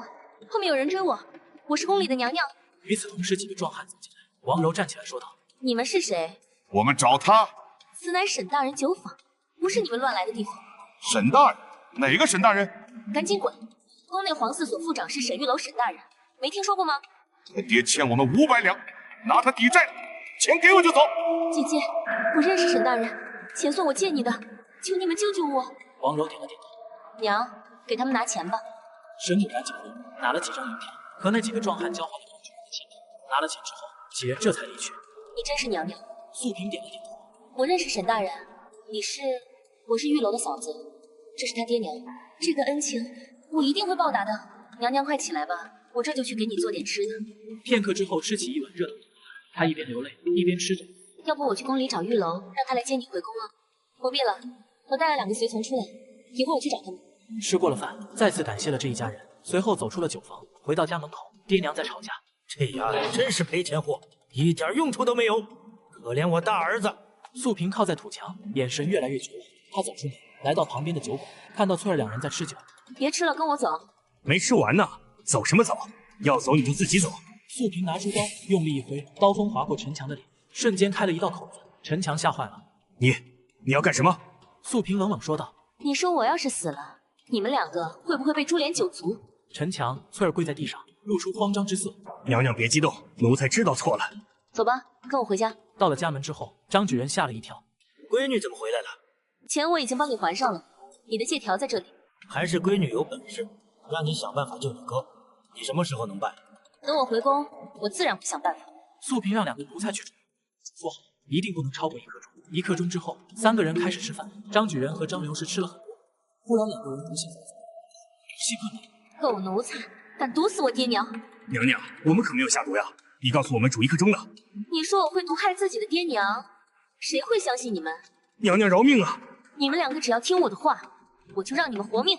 这2人变得严厉起来。你们2个去后院挖坑。这还有气儿呢，这是要活埋。2人拿起了铁锹，随后在素萍的指挥下，把爹娘扔进了大坑里。真要活埋吗？你说呢？赶紧拿起铁锹填土。看着这个简易的坟墓，素萍跪在地上哭了起来。你们一路走好，女儿不孝。哭完之后，素萍冷冷地说道：“回宫知道怎么说吗？知道，娘娘。以后你俩就跟着我吧，不会亏待你们。”是。回头望去，看着自己破败的家，他该换个活法。快3更，素萍借口商量爹娘被毒死这件事，把婉妃约到启灵殿。贱人，你爹娘的死与本宫有什么关系？你莫要栽赃！然而没等婉妃说完话，陈强一棍子砸在了他的后背身上。娘娘她没事吧？把她抬到床上。接下来做什么？等着就好。那边，素萍约的孪生兄弟之一侍卫宋武来到了寝宫，壮着胆子摸上床，果然他摸到了一个柔软的身子。娘娘，我来了。片刻之后，屋里面床嘎吱嘎吱，门外的素萍说道：“开灯。”瞬间灯火通，2个人醒过来。狗奴才，你在做什么？婉妃好大的胆子，竟然和侍卫通奸！素萍，你害我，你不得好死！素萍冷哼一声，还敢骂我？张嘴！婉妃瞬间吐了口血。放肆！我身怀龙子，你们不怕掉脑袋吗？素萍冷笑：“你和侍卫长期通奸，孩子怎么可能是皇上的？”婉妃怒了：“这次是被你害的。”素萍淡淡的一笑：“我现在就让皇后娘娘看看，和你通奸的这个侍卫有个孪生弟弟。皇上这么多子嗣，从来没有一个孪生，那你是如何怀上孪生的呢？你猜皇上怎么想？”婉妃瞬间脸色惨白，没想到竟然被素萍给做主。这个情况，皇上一定会怀疑。想通了处境之后，婉妃跪在地上：“求求你，你放过我吧，以后我会好好对你。放过你也可以。你们互写一封情书，你就写你怀了孪生是宋文的孩子，等皇上驾崩之后，就扶持宋文上位。宋文2条腿都在打颤。这信我不写，一旦我写了，就死无葬身之地了。素萍冷冷地说道。不写是吧？陈强出去喊人。别，我写。婉妃拿起毛笔，在桌子上开始写了起来。写了几个字后，素萍立马揪住了婉妃的耳朵。别刻意改变自己，你写字什么样我会不清楚吗？婉妃写完之后，素萍让宋文写了一封贺信，这份信足够让婉妃万劫不复。宋文，你滚吧。素萍轻轻地摸了摸婉妃的头。我的好姐妹，我也不想这样对你。皇上赏赐了你很多东西是吧？以后我的东西都送到你这里来，这才对嘛。我们至始至终都是好姐妹。青楼灯火通明，在一个包间内，一群老头子正在欣赏女子们跳舞。退下吧，我们要谈一些公事。李大人，我们太医院简直成摆设了，平日里贵人们的打赏都没了。李大人，你倒想想办法。李怀皱起眉头，不如大家一起商议一下。其实纳幸公主接生开始，沈玉楼就受到皇上信任。如果我们想让她失去皇上的信任，最好也从纳幸公主下手。李怀深以为然的点点头。那我们具体应该怎么做？想办法让纳幸公主出点事，然后我们趁着机会把母子2人争取到我们手里。既然如此，那事不宜迟，明日一早便动手。晚上我睡得正香，忽然有什么东西压在了我的身上，钻进了我的被窝里。我摸了一下尺寸之后，公主，怎么是你？竟然是内幸公主。不愧是沈大人，只是摸了一下就知道是我。无他，为手熟耳。良久过后，沈先生没想到竟如此勇猛。你可是有什么话要和我说？内幸公主坐了起来，脸色变得严肃了许多。明日我准备离开皇城，请沈先生与我一起走。我的脸色微微一变。皇上同意你离开了？没有，我要自行离开。我皱起眉头。公主，皇城戒备森严，这就无需沈先生担心了。只要你点头，明日你我便一同离开。到了燕国，有享不尽的荣华富贵，我都愿意双手奉上。怪不得内幸公主今天这么主动，原来是要招我入宫。公主好意心领了，不过暂时不想走，还请公主见谅。据我了解，燕国情况不是很好，我在这边好不容易站稳了脚，不太想冒风险再去其他地方。他无奈地叹口气。我猜到你会这样说了，只要我平安回到燕国，这里就永远为你敞开。为了避免波及到你，你找个借口出宫吧。其实内幸公主逃走对我来说百利而无一害。现在徽国的政局动荡，老皇帝要是有什么事，国家恐怕就得四分五裂。到时候怎么投，可以去投靠内幸公主，而且她逃走不用帮忙。就在此时，门外传来讨红的声音。大人，皇上宣你。我赶紧坐了起来。公主，你藏好，一会儿再出去。我穿好了衣服，快步地走向门口。就在我即将开门出去的时候，内幸公主忽然叫住我。沈先生，不管你身在何处，永远都是我的朋友。好，来到了锦銮殿。微臣参见陛下。太医院的人说纳幸公主最近的身体很不好，你如何解释？我愣了一下，身体好得很，这帮老太医胡说八道什么？陛下，小皇子的身体也有很大的问题，微臣觉得公主应该交给我们太医院，术业有专攻。成人的身体，他的医术还是不够用。听到这里，我明白了，这帮老东西打的是这个主意。既然李大人都这么说了，纳幸公主就交给太医院。一下子给众人整不会了。沈清，你确定吗？纳幸公主从头到尾都是你在照顾，现在就这么交给太医院？陛下，臣这是高风亮节，李大人愿意照顾美女，那便成全他吧。这叫什么话？我就是随口一说，李大人莫要见怪。既然如此，纳幸公主就交给太医院了，你们务必照顾好。纳幸公主产子的消息应该已经传出去了，朕要晾他们一段时间，再和燕国谈判。陛下放心，我等定当竭尽全力。陛下，臣和郡主婚期在即，今日想请1天假去筹备婚事。准了，朕决定亲自去五台山，请太后老人家回来。陛下如何？陛下圣命。赵景皇子也要回来了，朝内局势又要激烈起来。陛下不会要立太子吧？大家都开始揣摩声音。沈玉楼走出金銮殿，与宋虎2人来到了主厨府。你瘦了，是不是下面人没有伺候好？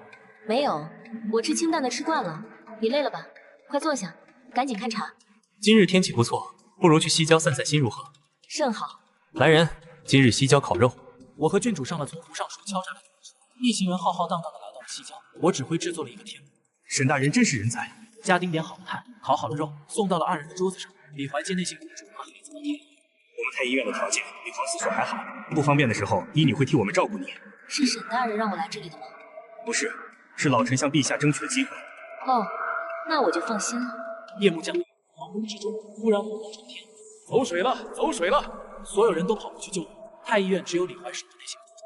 李大人，你不用守着我，你也去帮忙救火吧。李怀摇了摇头。公主殿下，老臣年事已高，就算是出去了，也帮不上什么忙。那好吧。说完，内幸公主就走了。李怀躺在藤椅上慢慢的摇着，最近天干物燥，失火也很正常。内信公主拎下来一壶热水。李大人，我送你一个礼物。刚要说话，只见内信公主向他怀里扔了一个什么东西过来。李怀伸手一接，那滚烫的水壶直接落在了他的。热水从小腹向下流去。啊！李怀开始满地打滚。趁着这个机会，内信公主抱着孩子快步走出太医院，来到了景南宫，找到了接应的两人。李怀瘫在房间里。来人啊！来人啊！李大人，你这是怎么了？快把水交过来！小太监二话不说，一盆冷水浇在了他的身上，疼痛稍微缓解了一下，可依旧龇牙咧嘴，整个肌肤全都被烫伤。李怀让小太监去拿药，稍微缓解了一点。就在此时，李怀才想起来，公主呢？你们可曾看见纳幸公主？奴才没看见。糟了，纳幸公主不会趁乱逃跑了吧？那可就完蛋了。晚上我回到了家里，嫂子便和我说起了素萍的事情。她没什么事吧？没事，我把500两银子垫付了，那些催债的人就都走了。我点了点头。这段时间，爹妈和嫂子熟悉了酒精和抗生素的制作流程，等着过段时间引进太医院。先在宫里普及一下，再慢慢的推广出去。酒精的提炼难度不高，问题就是有没有人认可。这个知识也有难度。我和宋虎在家门口贴了一些告示，招募府兵。一般招募来的都是年轻力壮的小伙子，根本不会武艺，所以得让宋虎先培训。实在不行，让李辉过来指导指导。再重金招募下，20个府兵很快就招募了。这些人是从100人挑选的，虽然不是个个精英，但起码看起来是身强力壮。让宋虎按照军队的标准训练他们，水平自然就上来了。我之所以如此着急，是因为我知道那些公主情愿宫中连续出现这样的事情，到时候再招募府兵就有些被动，所以趁着人地不在紧张，赶紧把府兵招募齐全，在府中秘密训练。到时候人地发现了也不会说出来。我前一世只是个医学教授，现在手下真有一帮府兵，让我有一些不一样的体验，说不定他日我也能成王吧。人地接着皇后回到了这一路上，太后很高兴，每次看到人地送的东西，太后就知道人地还是没有忘了。虽然当年的事情他有点后悔，可毕竟已经过去这么多年，人地现在已经独掌大权，这五台山实在是进不了，并且年事已高，他也想回来享享天伦之乐。好在这次人地去亲自迎接他，给足了他面子。路上，太后问道：“听说宫里新来了一个沈大人，照顾小孩有一套，本宫的皇孙们都还好吧？”想不到母后也听说了沈玉楼，他乃奇人，日后我传他，让母后见见。太后点了点头。我也是听闻他是郡主夫婿才知道此人的。皇帝，这些年你对司仪有些苛刻，等他们婚后，你要补偿一些。母亲教诲的是，赵司仪小时候非常可爱，太后对他也是甚为喜爱。怎么多年没见，居然还惦记着他？人帝和太后回宫之后，立马发现了宫内失火的情况，好在不怎么严重，责罚了一下主事。这事也就这么算了。进宫之后，将太后安顿好，人帝便下令，立刻传我和司仪郡主觐见。我们一进到宫中之后，刚到太后寝宫，就发现这里面已经有很多人了，后宫嫔妃还有一些皇嗣都在这里，甚至还有一些朝臣大臣，有不少不受宠的嫔妃，还盼望着被太后看中。要是太后能喜欢他们的话，说不定皇上也会更加的恩宠。我小声的问道：“你跟太后熟？”小时候见过，也不算太熟悉吧。进入寝宫之后，看到了太后。说起来，人帝还是英武不凡的，颇有帝王之相。但是这太后就没想到，除了穿着花贵之外，和现代的老太太毫无区别，身上没有那股气质。给太后请安。小司仪，上前让我看看。赵司仪走上前去，太后宠溺的摸了摸他的脑袋。好孩子啊，这些年你受委屈了。太后随即又把目光落在了我身上。你就是郡主夫婿。微臣参见太后。走近一些，让我看看。上前2步，只见太后眯着眼睛打量我一番，随后脸色骤变。你是皇帝？众人都是一惊，脸上露出惶恐之色。太后，臣是沈玉楼，郡主的夫婿。我绝不会认错，你就是皇帝。母后，朕在这里。是皇帝，他才是皇帝。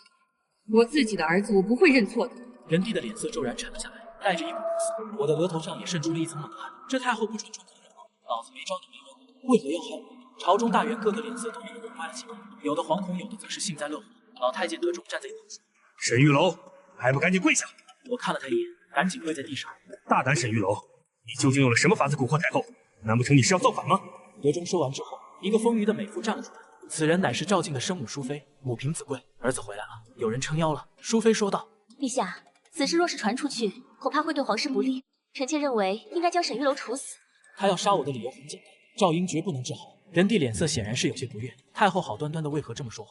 皇后站了出来说道：“陛下，太后年事已高，应该只是病症之言，岂能因为这样一句病话而杀一贤臣？”淑妃说道：“姐姐此言差矣，百姓最容易被这种话蛊惑。”皇后冷哼一声，淑妃真是给扣了好大一顶帽子，只是因为太后说的一句病，就把人定义为叛徒。够了，简直是胡闹！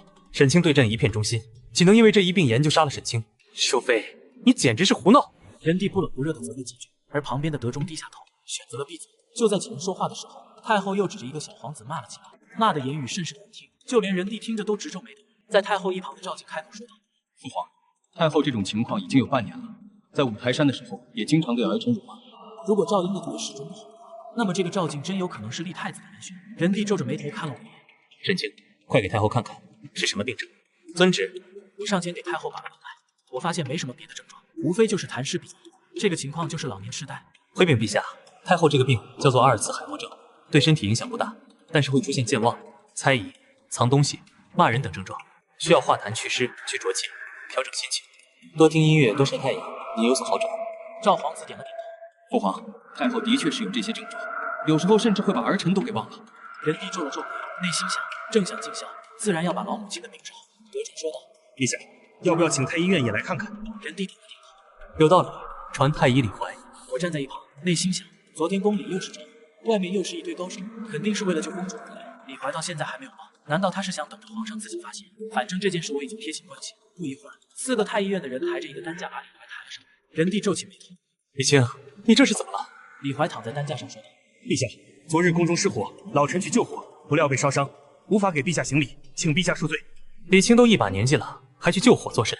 不要紧吧？不要紧，臣休养一段日子便能痊愈。臣听闻太后染病，即便臣躺在担架上，也能给太后诊断。人帝点了点头，那就辛苦李清了。几人把李怀抬上去给太后诊病，我啧啧两声，心想李怀真是用命在填。都这样了，还能给太后看病吗？李怀诊脉片刻，随后说道：“太后乃是清窍失灵，寒湿堵塞，容易出现健忘等症状，这是年迈之人的通病，陛下无需担心。”李清认为应如何医治呢？此病无良方，只能祛湿化痰，慢慢调养。李清辛苦了，你还是好好养病吧。沈清，我看李清伤得不轻，你给他看看，说不定有什么奇招能够快速恢复呢。我走到跟前，几个太医把李怀围了起来，随后宽衣解带看了一眼患者。我皱起眉头，心想这哪是烧伤，这分明是烫伤，这老东西怎么撒谎呢？看了一眼之后，我便让他把钩子提上。李大人，请问纳幸公主在你那里还适应吗？李怀神色微微一变，眼神里露出了4个字：公主在我这里非常好，沈大人无需担心。我点了点头，老东西你还真能装，回头东窗事发看你死不死。沈清，李清的身体如何？回禀陛下，李清伤势有些严重，臣认为只有一个办法，割以永志。说完，李怀脸色大变：“你放屁！老夫宁可死也不当阉人。”李大人，你已年过60，留着也无用。若是切掉之后，你还能长寿。你放屁！皇上千万别听他的，老臣养一养就能好。沈玉楼，老夫与你不共戴天。行了，快给李清抬下去吧，真是越老越没用。沈清，太后的病交给你如何？我点了点头，臣定不负皇上所托。对付老年痴呆太简单了，其实把他当成小孩子来哄就行。这个淑妃真是找死！赵静刚回来就要对我下手，婉妃肚子里还有一对双胞胎等着她接生，真以为人帝会杀她？陛下，照顾太后毕竟多有不便，最好能有一位娘娘和臣轮流导办。我皱了皱眉，你觉得谁和你在一起比较合适？臣以为素嫔娘娘比较合适。众人都愣了一下。朕准了，太后就交给你和素嫔了，臣遵旨。众人散去，陶红跟在沈玉楼的身边，小声的说道：“沈大人，我奶奶活着的时候就跟太后一个模样，经常骂人，很难伺候的。你怎么能应下这个差事？”伺候不好，那是你们不会；要是会了，这是很简单的事。你想想，把太后伺候好了，好处多多的。那看看你有什么高招吧。宫里的这些官员，是不是有专门的画师给他们画像？陶红点了点头。是呀，宫里每个官员都有画像，都存在内务府里，包括沈大人在内，你也有。我也有，什么时候给我画的？沈大人，你这就有所不知了。内务府有个画师叫毕英明，画技相当高超，只要他看过一次的人，基本就能原模原样的画出来。像沈大人这样经常在宫中出入的，他自然见过你很多次，有你的画像不足为奇。这是人肉照相机啊，人才啊！我拿出一些银子交给陶红，你去让他画一张德中公公的画像，我打算供奉在家里。陶红撇了撇嘴，沈大人，你怎么仰慕一个阉人？少废话，赶紧去。陶红走后，我看着太后，以后微臣没事的时候就来陪你。你小子机灵，本宫喜欢。不过本宫实在无趣，回来也不知道做些什么。太后若是无聊，臣给您讲故事如何？太后一脸惊喜，甚好。本宫喜欢听故事，五台山的方丈也会讲故事，不过翻来覆去就那一个故事。臣这里倒是有一些有趣的故事。话说小燕子得知五阿哥要退婚，愤怒异常，当即放下豪言壮语：莫欺少年穷。原来小燕子手上的戒指里竟有一老头魂魄，他之所以待在小燕子的身边，就是为了凑齐5颗宝石。太后，今日故事就到这里，欲知后事如何，且听下回分解。太后满意的点点头，讲得不错，该赏。陶红拿来2张画像，我看了一眼，简直惟妙惟肖。刚看了一会，你们这帮狗奴才就是想害死本宫。皇帝是本宫的儿子，你们能拿本宫怎么样吗？我赶紧把德中的画像挂在了墙上。太后，我等走投无路，现在只能求太上老君保佑我们。太后一愣，太上老君是谁？我指了指德中的画像，此人便是。太后，快随我参拜，定能度过此劫。我跪在地上，开始磕头。我对陶虹使了个眼色，随即跟着我跪拜了起来。太后冲着德中跪拜，求上仙保佑，让我平安长寿。我小声对陶虹说道：“回头只要太后发病，就带她参拜德中的画像。”记住了。没过多一会，素萍过来奉命。之前素萍的眼神是灰暗的，如今好像都有了光芒。沈大人，微臣见过娘娘。素萍露出甜甜的微笑。多谢沈大人给我安排了这么好的差事。娘娘不必客气。太后这个病时好时坏，好的时候就需要陪她聊聊，散散心。她要是犯病了，你就当小孩哄着她就可以。知道了。我开了一些药，让内务府慢慢熬制。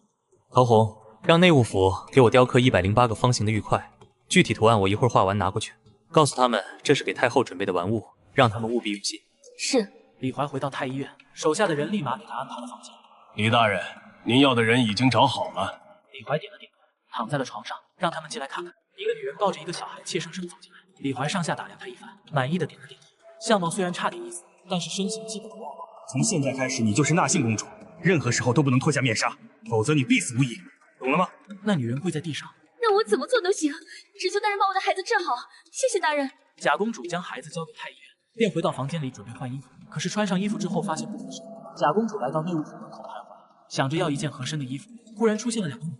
你是何人？本宫乃是燕国公主，你胆子可不小，敢进宫来冒充纳信公主，你可知道是死罪。贾公主赶紧跪在地下，对不起，我也是为了救孩子，到底怎么回事？贾公主都说了一遍。淑妃让贾公主把面纱戴上，来到了太医院，进了李怀的房间。宫女一把推开门，李怀刚脱了裤子准备上药，被淑妃2人这么一下，差点从床上掉下来。娘娘，您怎么来这了？淑妃一把拉过贾公主往房间里面推，随后关上门。李院士，好大的胆子，竟然敢调包！若是我告发，你可知道你该当何罪？李怀腿一软掉了下来，跪在地上。娘娘饶命，下官也是被沈玉楼所害。淑妃坐在椅子上，居高临下的问：“你说你被沈玉楼所害？”李怀哭丧着脸，把事情都说了一遍。淑妃皱着眉头，一脸严肃。这么说来，这事情和沈玉楼未必有关系。娘娘，就算和沈玉楼没关系，他也绝对是知情人。淑妃的眼珠转了转，脸上露出一抹凝重的神色。这倒是个天赐良机。李怀，本宫可以保你一命。多谢娘娘。纳信公主既然已经逃了，而且沈大人不在场，所以我们要再设计一次公主出逃，这样我们就能抓住沈玉楼把柄了。这件事我还是不参与了吧。你觉得可能吗？不管纳信公主是被谁救走的，你都是失责。不帮你说话，你就是死路一条。臣愿意替淑妃娘娘做事。这还差不多。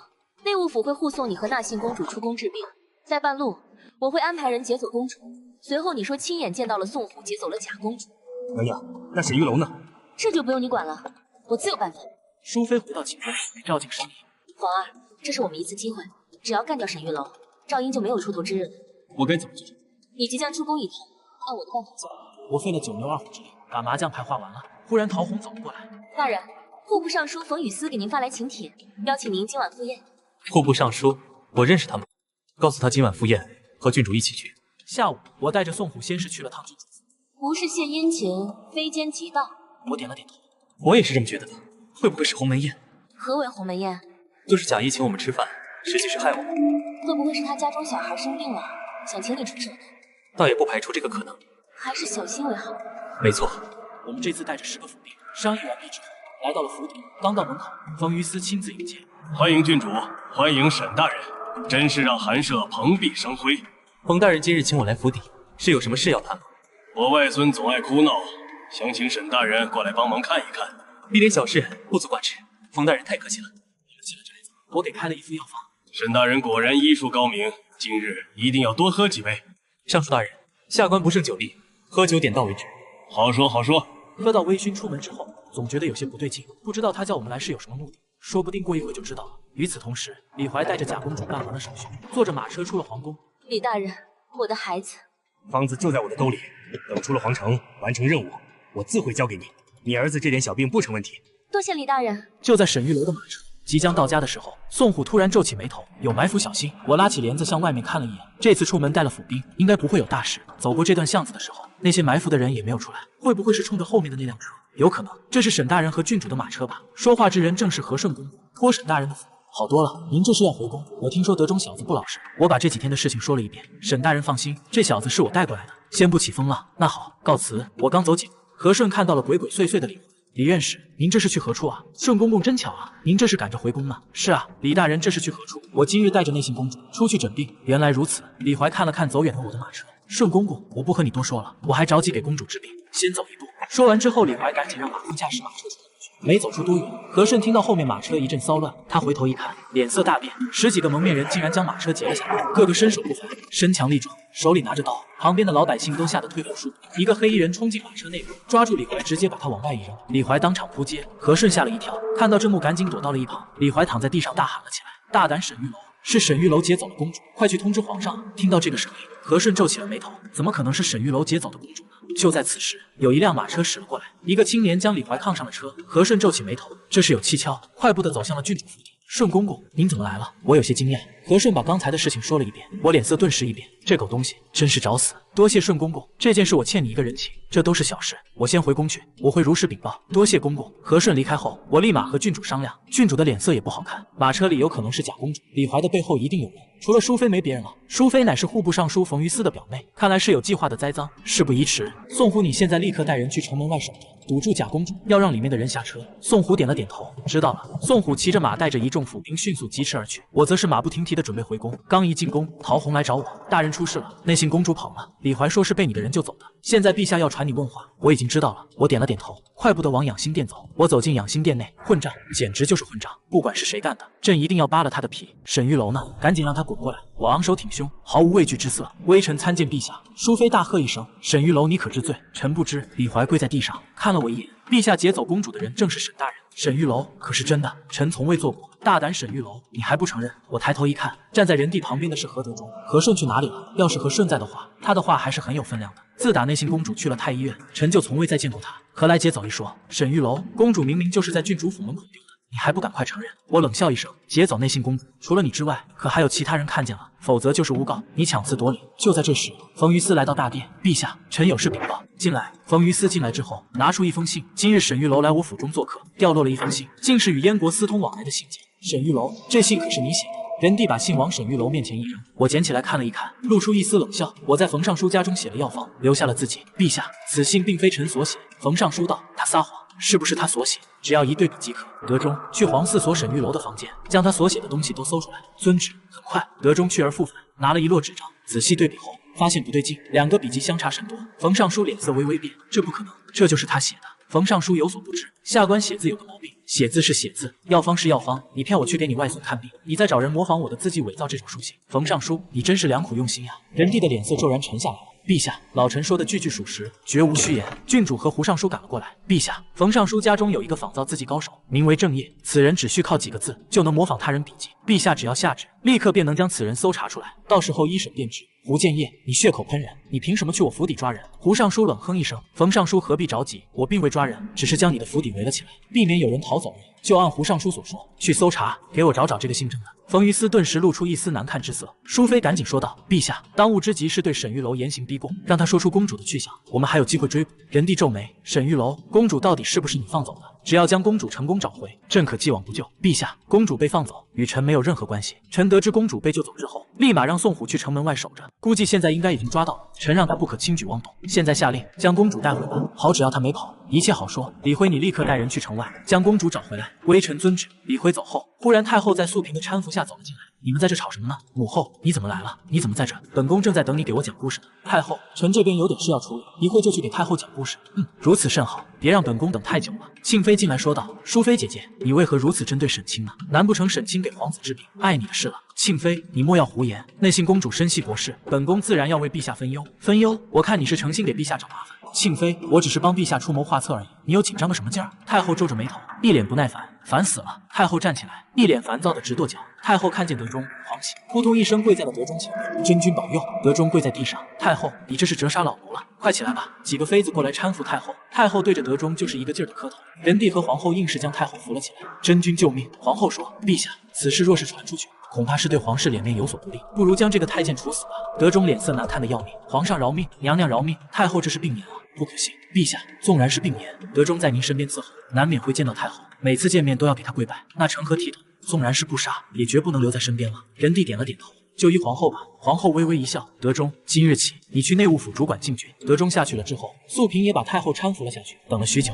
李辉带着一个女人，抱着孩子走进了殿中。女人蒙着面纱。李辉，此人是谁？陛下，此人自称内信公主，被我在门口截获。仁帝走到她的跟前，一把扯下了她的面纱。你是何人？为何要冒充内信公主？女人低着头，战战兢兢地说道：是沈大人让我冒充内信公主，帮他转移注意力，这样就能把真的内信公主送走了。仁帝瞪着眼睛，满脸怒意。郡主忽然站出来，你抬头看看，谁是沈大人？贾公主抬起头，一脸茫然。贾公主随手一指，这就是沈大人。冯尚书脸色无比难看，胡说八道什么？你是不是太激动了？所以看错了，本官年近40，怎么能比得上沈大人年轻？他立马指着沈玉楼说：是他。郡主冷哼一声，冯尚书，你给的暗示也太明显了，为什么开始会认错？郡主，她就是个民女，认错在所难免，何必揪着不放呢？你的孩子在发烧。贾公主重重的点了点头。我掀开孩子的襁褓，打开他的眼皮，又看了一眼舌头。你孩子的病，除了我，没人能医好他。你若说实话，我就救你孩子，否则活不过今晚。我有药方，你有药方，我不信有人能治好这病。药方拿出来看看。贾公主伸手在怀里摸索，拿出李怀给的那张纸，发现这是白纸一张。李怀顿时露出心虚之色，他指着李怀，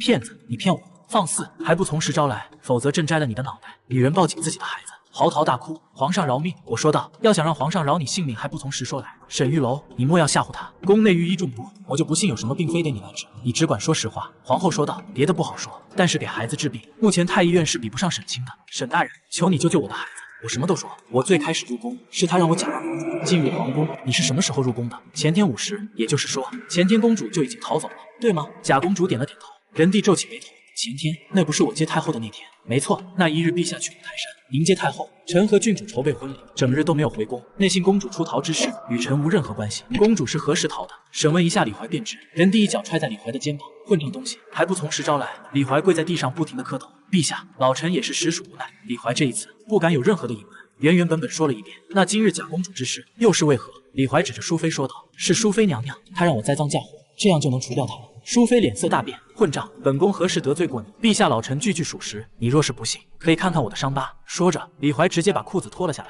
伤口触目惊心，赶紧穿上。淑妃跪在地上，皇上，臣妾冤枉，臣妾与沈玉楼素无瓜葛，为何要冒险栽赃他？好，朕先不管你。冯尚书，你为何要构陷沈玉楼？他看了一眼淑妃，随后赶紧低下头去。陛下，请责罚。冯尚书，你我从未有过交集，你何不将背后之人说出来，免受皮肉之苦？我看你不顺眼，便想害你，我无话可说，请陛下降罪。庆妃说道。陛下，冯尚书和淑妃什么关系？大家都知道，淑妃不过就是怕沈玉楼治好我皇儿的毒。庆妃，臣妾怎会如此恶毒？仁帝说：冯于私，结党营私，构陷忠良，革去官职，永不录用。淑妃，后宫之事，朕不愿多言，但望你谨记，皇嗣乃国之根本，莫要再让真正失望。臣妾定当安分守己。沈玉楼、贾公主之事，便由你全权处理，务必寻回内信公主。李怀失责，丢失内信公主，斩立决。好了，其他人退下吧。沈清留下。众人鱼贯而出。仁帝拍了拍我的肩膀：今日之事，委屈你了。陛下言重，些许过准，不足挂齿。今日之事不过是冰山一角，可有何良策能让这些皇子们免受后宫倾轧，安心向学？陛下，臣以为仿效古之贤君，设立宗学府，具体如何？将所有皇子集中于此，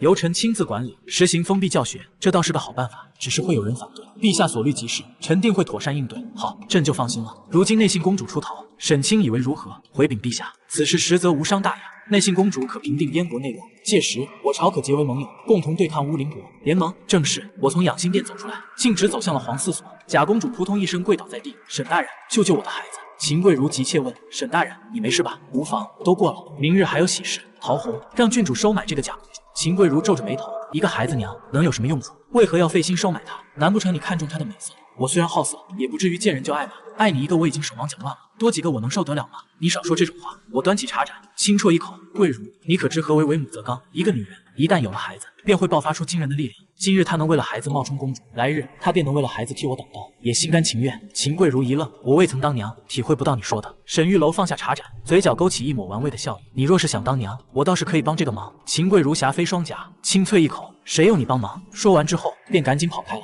夜色深沉，郡主带着青青来到了皇城的天牢。狱卒见到郡主驾到，识趣放行了。贾公主蜷缩在冰冷的稻草上，双眼无神，望着漆黑的牢顶。破旧的木栅栏上，偶尔有老鼠丝爬过。郡主是不是现在就让出来？不急，他示意一名狱卒。狱卒会意，走到牢房前，粗鲁地收走了馊饭碗。别惦记了，赶紧睡觉。沈大人已经给你孩子找了新爹娘，明日一早就有人领走了。你以后别想再见着了。贾公主身子猛地一颤，眼泪如断线的珠子。就是你冒充公主，胆子倒是不小啊！大胆见到郡主还不速速行礼。郡主，您能让我再看孩子一眼吗？你只甘心看孩子一眼，想不想长久陪在孩子身边？郡主，您是要救我吗？我什么都愿意做。郡主静静地看他一眼，转身离开。郡主，他无力瘫坐在牢房里。出了天牢，郡主既然要收买人心，为何不今日救他出来？要将他的心性磨没，让他在最绝望的境地中多待几年，才能让他对我们死心塌地。郡主思虑周全，只是怎么对沈大人却使不上什么手段。郡主闻言，胡说什么？对他自然是真心对真心。夜幕低垂，我出现在庆妃寝宫外。庆妃并未安寝，而是伏案读着几本医书。我从身后环住了她的腰肢。这天下第一美人，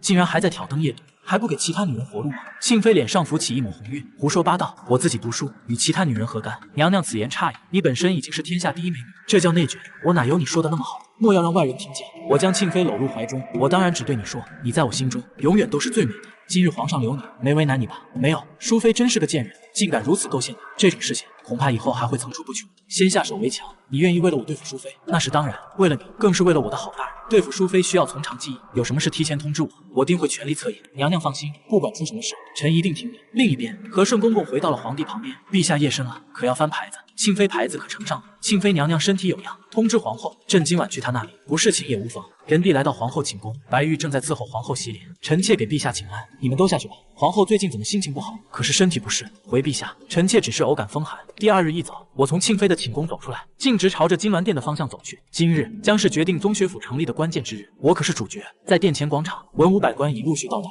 三三两两聚在一起，低声交谈。到了殿前，我一眼便看到了几个身着儒袍、须发洁白的老者，正是太傅王术石和少傅李德光等人。他们是皇子公主们的老师，平日里负责教授经师子集，眼神中带着一丝文人的傲气。见到我走来，只是冷冷地瞥了一眼，便转过头去。他身旁的李德光更是直接，鼻孔朝天的冷哼一声，显然对我极为不屑。我淡淡一笑，径直走到自己的位置站定。文武百官鱼贯而入，人帝坐上龙椅，吾皇万岁万岁万万岁！众卿平身。众卿，朕思虑再三，为保皇嗣安康，专心向学，朕决定成立宗学府，将所有皇子公主集中于此，进行封闭式教导。宗学府长师一职便由沈玉楼担任。太傅王术石立刻出列，手持玉护，朗声道：“陛下，臣有本奏。沈玉楼乃医者出身，于经师子集，治国安邦之道，恐一窍不通。皇嗣乃国之储君，岂能交由一介医官教导？此乃误人子弟，动摇国本啊！陛下，少傅李德光紧随其后，皇子公主金枝玉叶，岂能如囚徒般封闭圈养？此局有违祖制，万万不可！”人帝向我使了眼色，我对着众人拱了拱手：“诸位大人所言，下官不敢苟同。我虽然是个大夫，但是自负有才，教导皇嗣绰绰有余。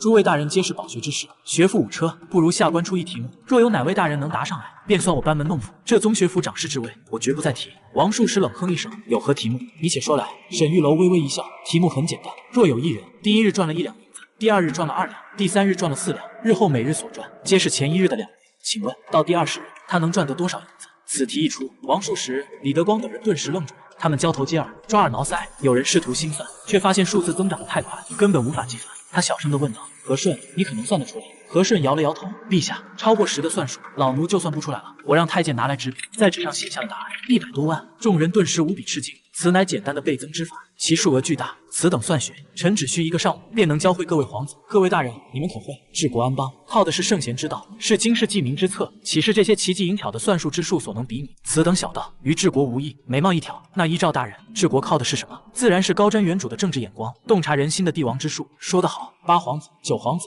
顽劣成性，若让他们改过自新，我心服口服。你以为如何？若能让2位皇子洗心革面，这宗学府就交由你办，请赐臣全权管教之权。下朝之后，恭喜沈大人双喜临门。回到府中，我找了陶红，和我说一下8皇子的所有事儿。我听陶红说，手指轻轻敲打桌面，8皇子常年跟着护卫，有圣旨也奈何不了，去把宋虎叫来，请你去青楼。又决定把李辉也带上。3人来到醉仙楼，进包间。与此同时，在另一间更为奢华的包间，8皇子懒散地躺在锦榻上。铁影，父皇给本王找的新老师，是不是该来打探我？殿下，有眼线看到他们进来了，他要是敢对我指手画脚，你直接动手，不必给他们面子。左等右等，外面依旧毫无动静。他推开了我们的门，我们3个人和5个姑娘玩一种游戏。用嘴唇衔着一张纸，一个接一个的传递。嗨嗨，哪个是沈玉楼？原来是八皇子殿下，我们正在玩游戏，就不打扰您了。沈先生是吧？辛老师，师者为尊，这顿我请了。行了，今天就到这，那你们先下去。沈先生，别让他们走啊！还有没有新花样？今天累了。行了，你也别跟我绕圈子。你怎么教导本宫？我宁可出家，绝不读书。教导？为何要教导？说句掏心窝子的话，人生在世，吃喝二字，这才是活明白了。说得好，不过嘛，你这玩的水平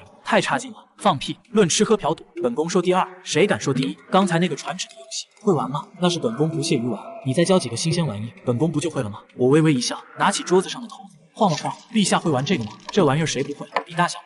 我摇了摇头，叫了几个姑娘重新进来，咱们玩点高级的。我把玩法告诉了他。沈先生，我要拜你为师，我本来就是你老师，本宫要学怎么玩，你不学经世子集，就怕你玩都玩不明白吧？我让老鸨取来一堆竹片和笔，刷刷点点，很快就制作出了一副简易的牌。这是何物？三国杀兵法牌。输的人脱一件衣服，姑娘也脱。玩这个好，玩了几局一直输，不玩了。这什么破玩意？一会兵法，一会历史的，菜就多练。八皇子所有随从听令，我制定了八皇子躺平计划，绝不许让他碰书本一下。殿下还玩吗？玩个屁！输得这么惨，丢人。赵律穿好衣服，却没回自己的府邸。我去宫里一趟，赵律一个人进了藏书阁，费力翻找史书和兵法的书籍。抓贼啊！有人偷书，侍卫和太监提着灯笼冲了过来。赵律脸色一变，赶紧拿着书就跑，没跑出多远，被围住。几个侍卫将他按在地上。和顺公公闻讯赶来，提着灯笼一照，才看清地上被压着的人。住手！这是八皇子殿下。殿下，这些狗奴才眼睛都瞎了。赵律起来，拍了拍身上的土。没事，今日之事不得外传，否则要你们脑袋落地。陛下，陛下，什么是慌慌张张？陛下，八皇子去偷看书，结果被当成了贼。沈玉楼真是人才啊！只有1天的时间，老八竟然就有如此大的改变。第2天，八皇子破天荒进了宫，给人弟请安。看见赵律来了，什么风把你给吹来了？儿臣想请沈大人去我府上教导儿臣。准了。赵律领了旨，兴冲冲地往皇寺所跑。沈先生，快去府上玩兵法。好，今日就陪殿下玩一玩。我带着宋母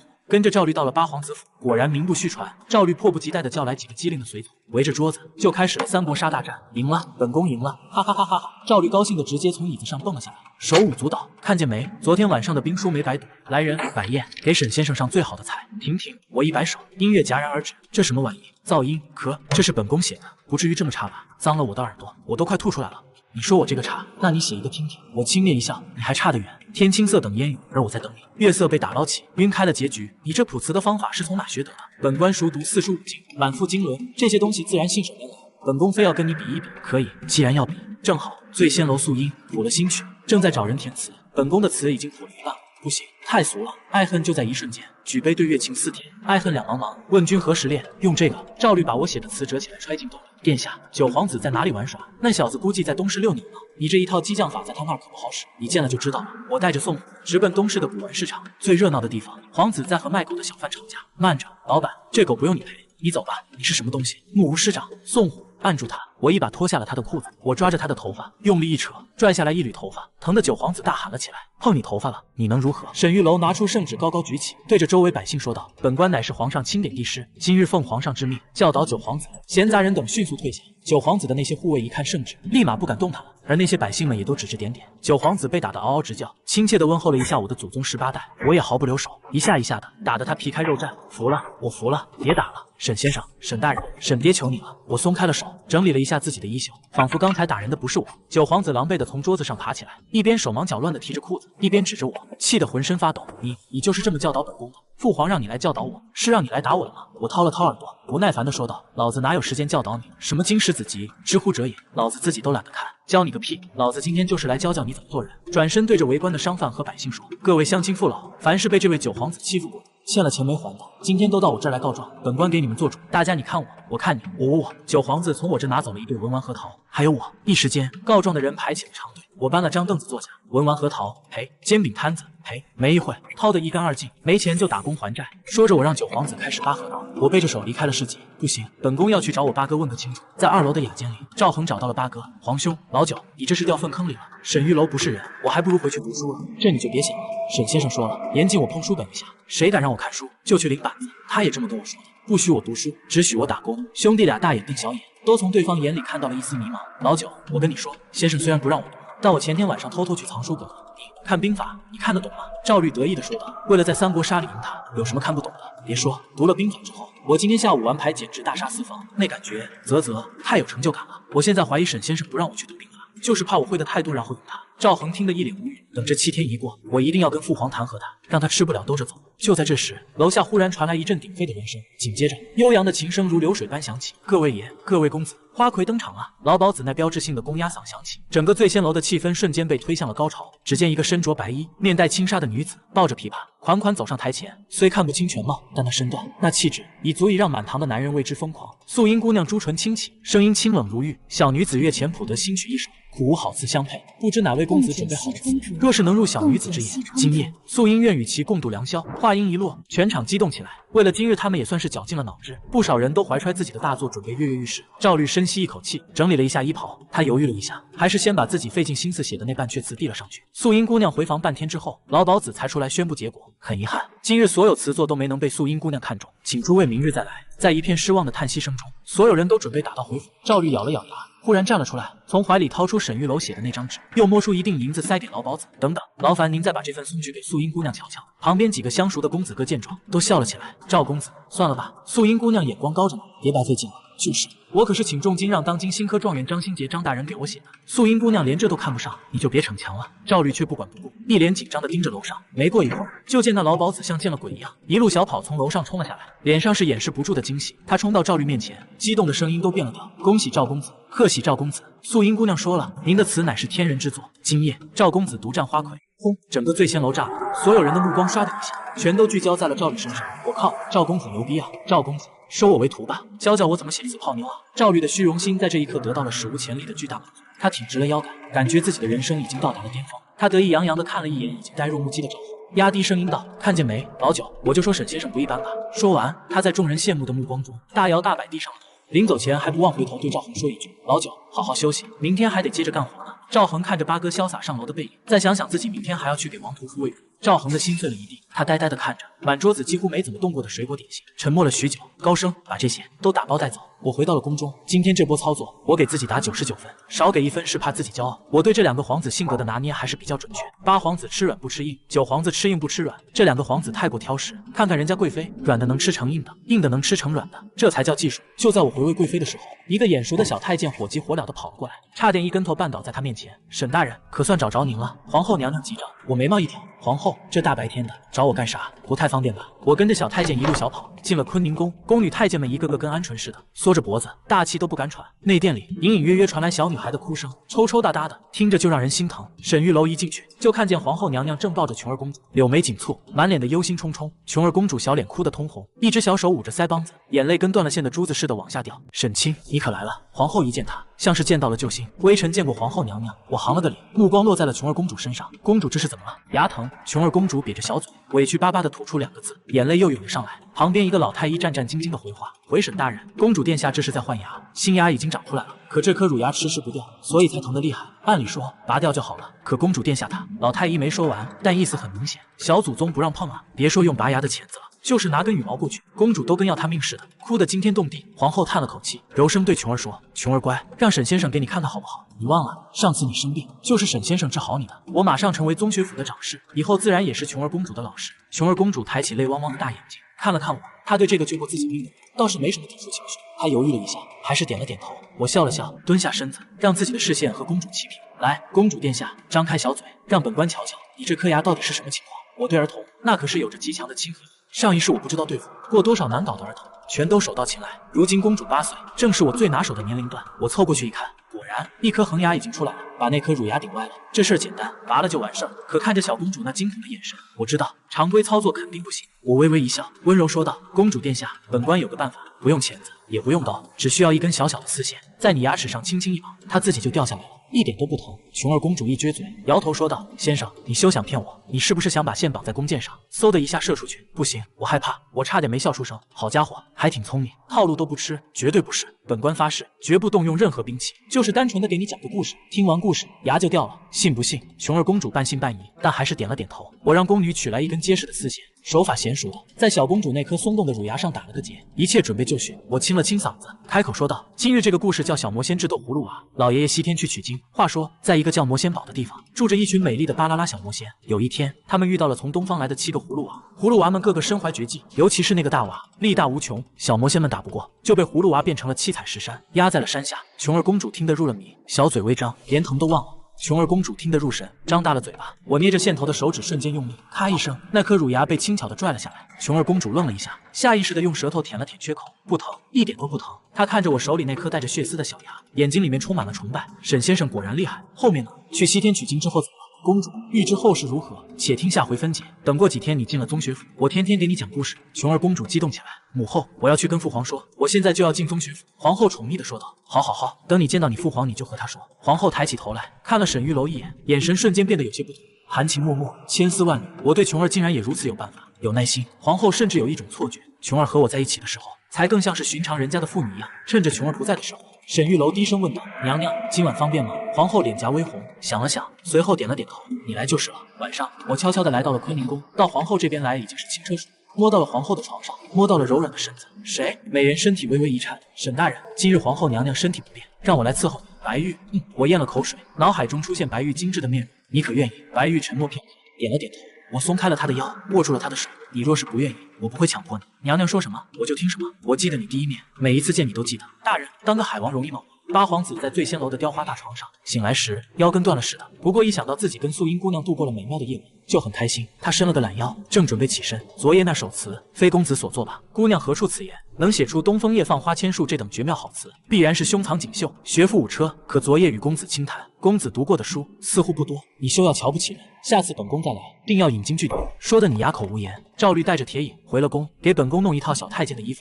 殿下这不合规矩，少废话，快去。片刻后，一个小太监鬼鬼祟祟溜进藏书阁，抽出一本《春秋》。陛下大喜事，八皇子殿下又在藏书阁读书呢。老八又去读书了，千真万确。人帝激动的直接站起来，连龙袍都来不及整理。走去看看。看到八皇子，人帝的眼眶瞬间就湿润了。传朕旨意，任何人不得靠近藏书阁。他带着和顺，心满意足的离开了藏书阁，生怕惊扰了那个好不容易知道上进的人。回到御书房，人帝的心情大好，抿了口茶，随口问道：老九那边如何了？和顺的表情瞬间变得有些古怪，他躬身回道：回陛下，九皇子殿下昨日在东市被沈大人当众打了屁股，之后一直在给街上的商贩打工还债，据说苦不堪言。噗！人帝一口茶差点喷出来，嘴角疯狂抽搐，当众吐屁股。这沈玉楼胆子也太大了。他纠结了半天，最后板起脸，一拍桌子：打得好！人帝沉声道：老九的行径比老八恶劣得多。老八顶多是贪图享乐，老九却是仗势欺人，鱼肉百姓，对他严厉些是好事。和顺低着头。另一边，九皇子赵恒还没从美梦中醒来，就被宋虎像拎小鸡仔一样从床上拎了起来。殿下，该上宫了。我翘着二郎腿坐在外厅喝茶，一副监工的嘴脸。赵恒只想骂娘，本宫是皇子，不是你家的长工。但看着我那似笑非笑的眼神和旁边站着的门神宋母，他所有的怨气都只能憋回肚子。他迷迷糊糊地穿上衣服，忽然想起了什么，转身从桌上拿起一个食盒，把昨天从醉仙楼打包回来的那些精致点心和水果一股脑装了进去。今天的工作是给古玩街张老板家的几条狗喂食。到了东市，张老板端来一盆东西，富康混着几根烂菜叶子。殿下，您搅拌一下就能喂狗了，让皇子干活。即便有我撑腰，他还是有点战战兢兢的。赵恒眉头皱得能夹死苍蝇。狗吃这个？张老板一脸尴尬。回殿下，小人家的狗就吃这个。赵恒嗤笑一声，可笑，本宫府里的狗顿顿都是新鲜的骨头和鸡肉，你怎么不喂些好东西？张老板的脸色更尴尬了，他搓着手，小声说道：殿下，我们这些老百姓一个月也难得吃上一回肉，自己都吃不上，哪能给狗吃啊？赵恒愣住了，下意识地问道：为何不吃？张老板张了张嘴，却不知如何回答。一旁的我慢悠悠地开了口：殿下，看来你该好好体会一下什么叫民间疾苦了。今天中午你就去百姓家吃饭吧。赵恒不服气，本宫天天在市集混，岂能不知百姓生活如何？吃就吃。快到午饭时分，赵恒提着那个食盒找到了昨天那个卖山楂的老妇人，把里面的点心水果递了过去。老妇人看到精美吃食，吓得扑通一声就跪下了，连连磕头：谢殿下恩典，谢殿下恩典。赵恒被搞得有点不自在，摆了摆手：一点残羹剩饭，不必言谢。一会儿本宫去你家吃饭。老妇人顿时有些惶恐：殿下，老婆子家里没什么好吃的，就是昨日那些窝头野菜，而且又脏又补，怕脏了殿下的身子。赵恒道：无妨，你也不用刻意准备，你们平时吃什么，本宫就吃什么。老妇人有些为难，赶紧挎着筐回家准备去了。忙活了一上午，赵恒和我来到了老妇人家中。一进门，赵恒就惊呆了，他简直不敢相信，在天子脚下繁华的皇城之中，竟然还有如此破败的房子。土坯墙上裂着大缝，屋顶的茅草稀稀拉拉，仿佛随时都会塌下来。一个瘦弱的小女孩从里屋探出头，身上穿着一件洗得发白、补丁落补丁的衣服，她一双大眼睛好奇地盯着赵恒身上华美的锦袍。赵恒看着小女孩身上的衣服，那五颜六色的补丁啧啧称奇。到了吃饭的时候，桌上摆的依旧是昨天的炖野菜和窝头。唯一的不同是野菜里多了一点黄色的碎末，那是一个打碎了的鸡蛋。小女孩一上桌就用筷子小心翼翼地夹起一小块鸡蛋，刚要放进嘴里，就被老妇人一筷子打在手背上。啪！馋嘴的丫头，这是给殿下吃的。小女孩哇的一声就哭了出来，委屈至极。赵恒看得火冒三丈，一拍桌子：“一个鸡蛋而已，你打他作甚？再给他弄一个不就是了？”老妇人面露难色，声音都在发抖：“殿下，家里就这一个鸡蛋，还是老婆子用2斤粗粮换来的。这丫头已经快1年没尝过鸡蛋味了，请殿下莫要责怪。”赵恒彻底懵了，一股无名之火在他胸中熊熊燃烧。皇城府尹是干什么吃的？他怒吼道：“天子脚下，朗朗乾坤，怎么能让百姓过得如此凄苦？”我在一旁淡淡的说道：“皇城府尹已经是百里挑一的能臣了，即便如此，让所有百姓都吃饱穿暖，也难如登天。越是京城这种地方，贫富差距就越大，有钱的挥金如土，没钱的食不果腹。像老人家这样的人家，大有人在，本宫不信。”赵恒一拍桌子，愤然起身：“来人，去把皇城府尹给本宫叫来，本宫要当面问问他，这官是怎么当的。”没多久，皇城府尹满头大汗的赶了过来，一见九皇子，先行大礼。赵恒像个被点燃的炮仗，劈头盖脸就是一顿质问。府尹满脸无奈，只能苦笑下解释：“京城权贵云集，财富高度集中，普通百姓只能出卖苦力，勉强糊口。想要改变，谈何容易？”赵恒听完之后，慷慨激昂，像个愤青，难道就不能改变吗？府尹苦笑着摇了摇头：“殿下，让天下百姓尽皆富足，那是历代先贤明君的宏愿，又岂是轻易就能做到的？本宫偏要试一试。”赵恒梗着脖子道：“我看着他这副样子，嘴角的笑意一闪而过，孺子可教。九皇子本性倒是不坏，只不过性格乖张了一点。若是好好调教，日后也能有所作为。既然如此，不如就让九皇子跟着大人历练1日。府尹大人遇到的所有难题，都先让九皇子想一想解决之法。沈玉楼如何？”府尹面露难色：“下官公务繁忙，殿下今之玉业，怕是……”他话没说完，赵恒就一口答应下来：“本宫乃是皇子，难道连一个区区府尹的差事都做不好吗？就这么定了。”看着赵恒那斗志昂扬的模样，我心中甚慰，这才是好大儿，你还是太年轻。与此同时，太傅王术石的府中，几位老臣正聚在一起。少妇李德光一脸无语地说道：“听说了吗？八皇子昨夜在醉仙楼凭一手词独占花魁，现在怕是还在温柔乡里补觉呢。”王术石冷哼一声：“烂泥扶不上墙，我等费尽心力都教不好他，那我区几日又能有什么作为？不过就是投其所好，待他玩物丧志罢了。等着7日一过，看他如何向陛下交代。”王术士端着青瓷茶杯，慢条斯理地吹了吹浮沫。“李大人，九皇子那边怎么样了？”李德光的一个门生刚刚从外面打探消息回来，躬身说道：“李德光回太傅，回各位大人，九皇子昨日在东市被沈玉楼当众扒了裤子，用棍子狠狠地打了一番，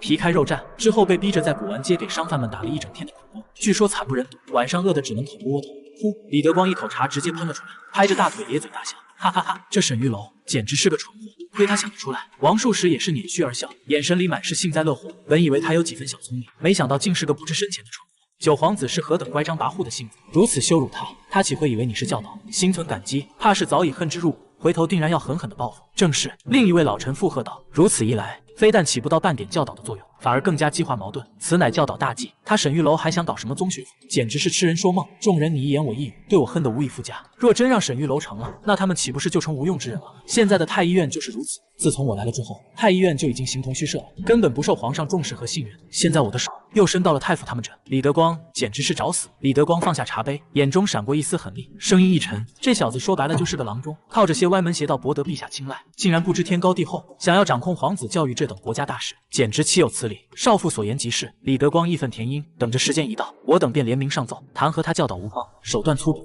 不仅不能让他办宗学府，连他那皇嗣所长室的位置也得让出来。对，他就适合在太医院待着，老老实实给人看病。另一边，我刚处理完皇嗣所的工作，正准备休息，就收到了九皇子派人递来的信。信上就一句话：“本宫要跟着府尹大人大展宏图。”街上的差事本宫不去了，字写的歪歪扭扭，跟狗刨似的，但那骨子中二又热血的劲，倒是让我看得直乐。孺子可教。我揣好信，刚一出门，迎面就看见了李辉。走，今日无事，陪我去一趟郡主府。我拍了拍他的肩膀，露出了一个高深莫测的笑容。李辉虽然不解，但对我的红女人技术盲目的崇拜，立马点头答应。出去买了些像样的礼品，带上送货，三人直奔郡主府。一进门，青青便迎了上来，十分殷勤。青青，大人您来了。他熟练地蹲下身，给我换上舒适的软羽，又自然地接过他的外袍挂好。整个过程行云流水，亲密无间，仿佛已经演练了千百遍。李辉在旁边看的眼珠子都直了，牛逼啊！这还没成亲呢，就已经是男主人的待遇了。沈大人这泡妞的段位绝对是顶尖，恐怖如斯。郡主很快从里屋出来，让他们二人在厅里稍坐，自己则笑着说要去厨房准备些点心。李辉和我刚喝了2口茶，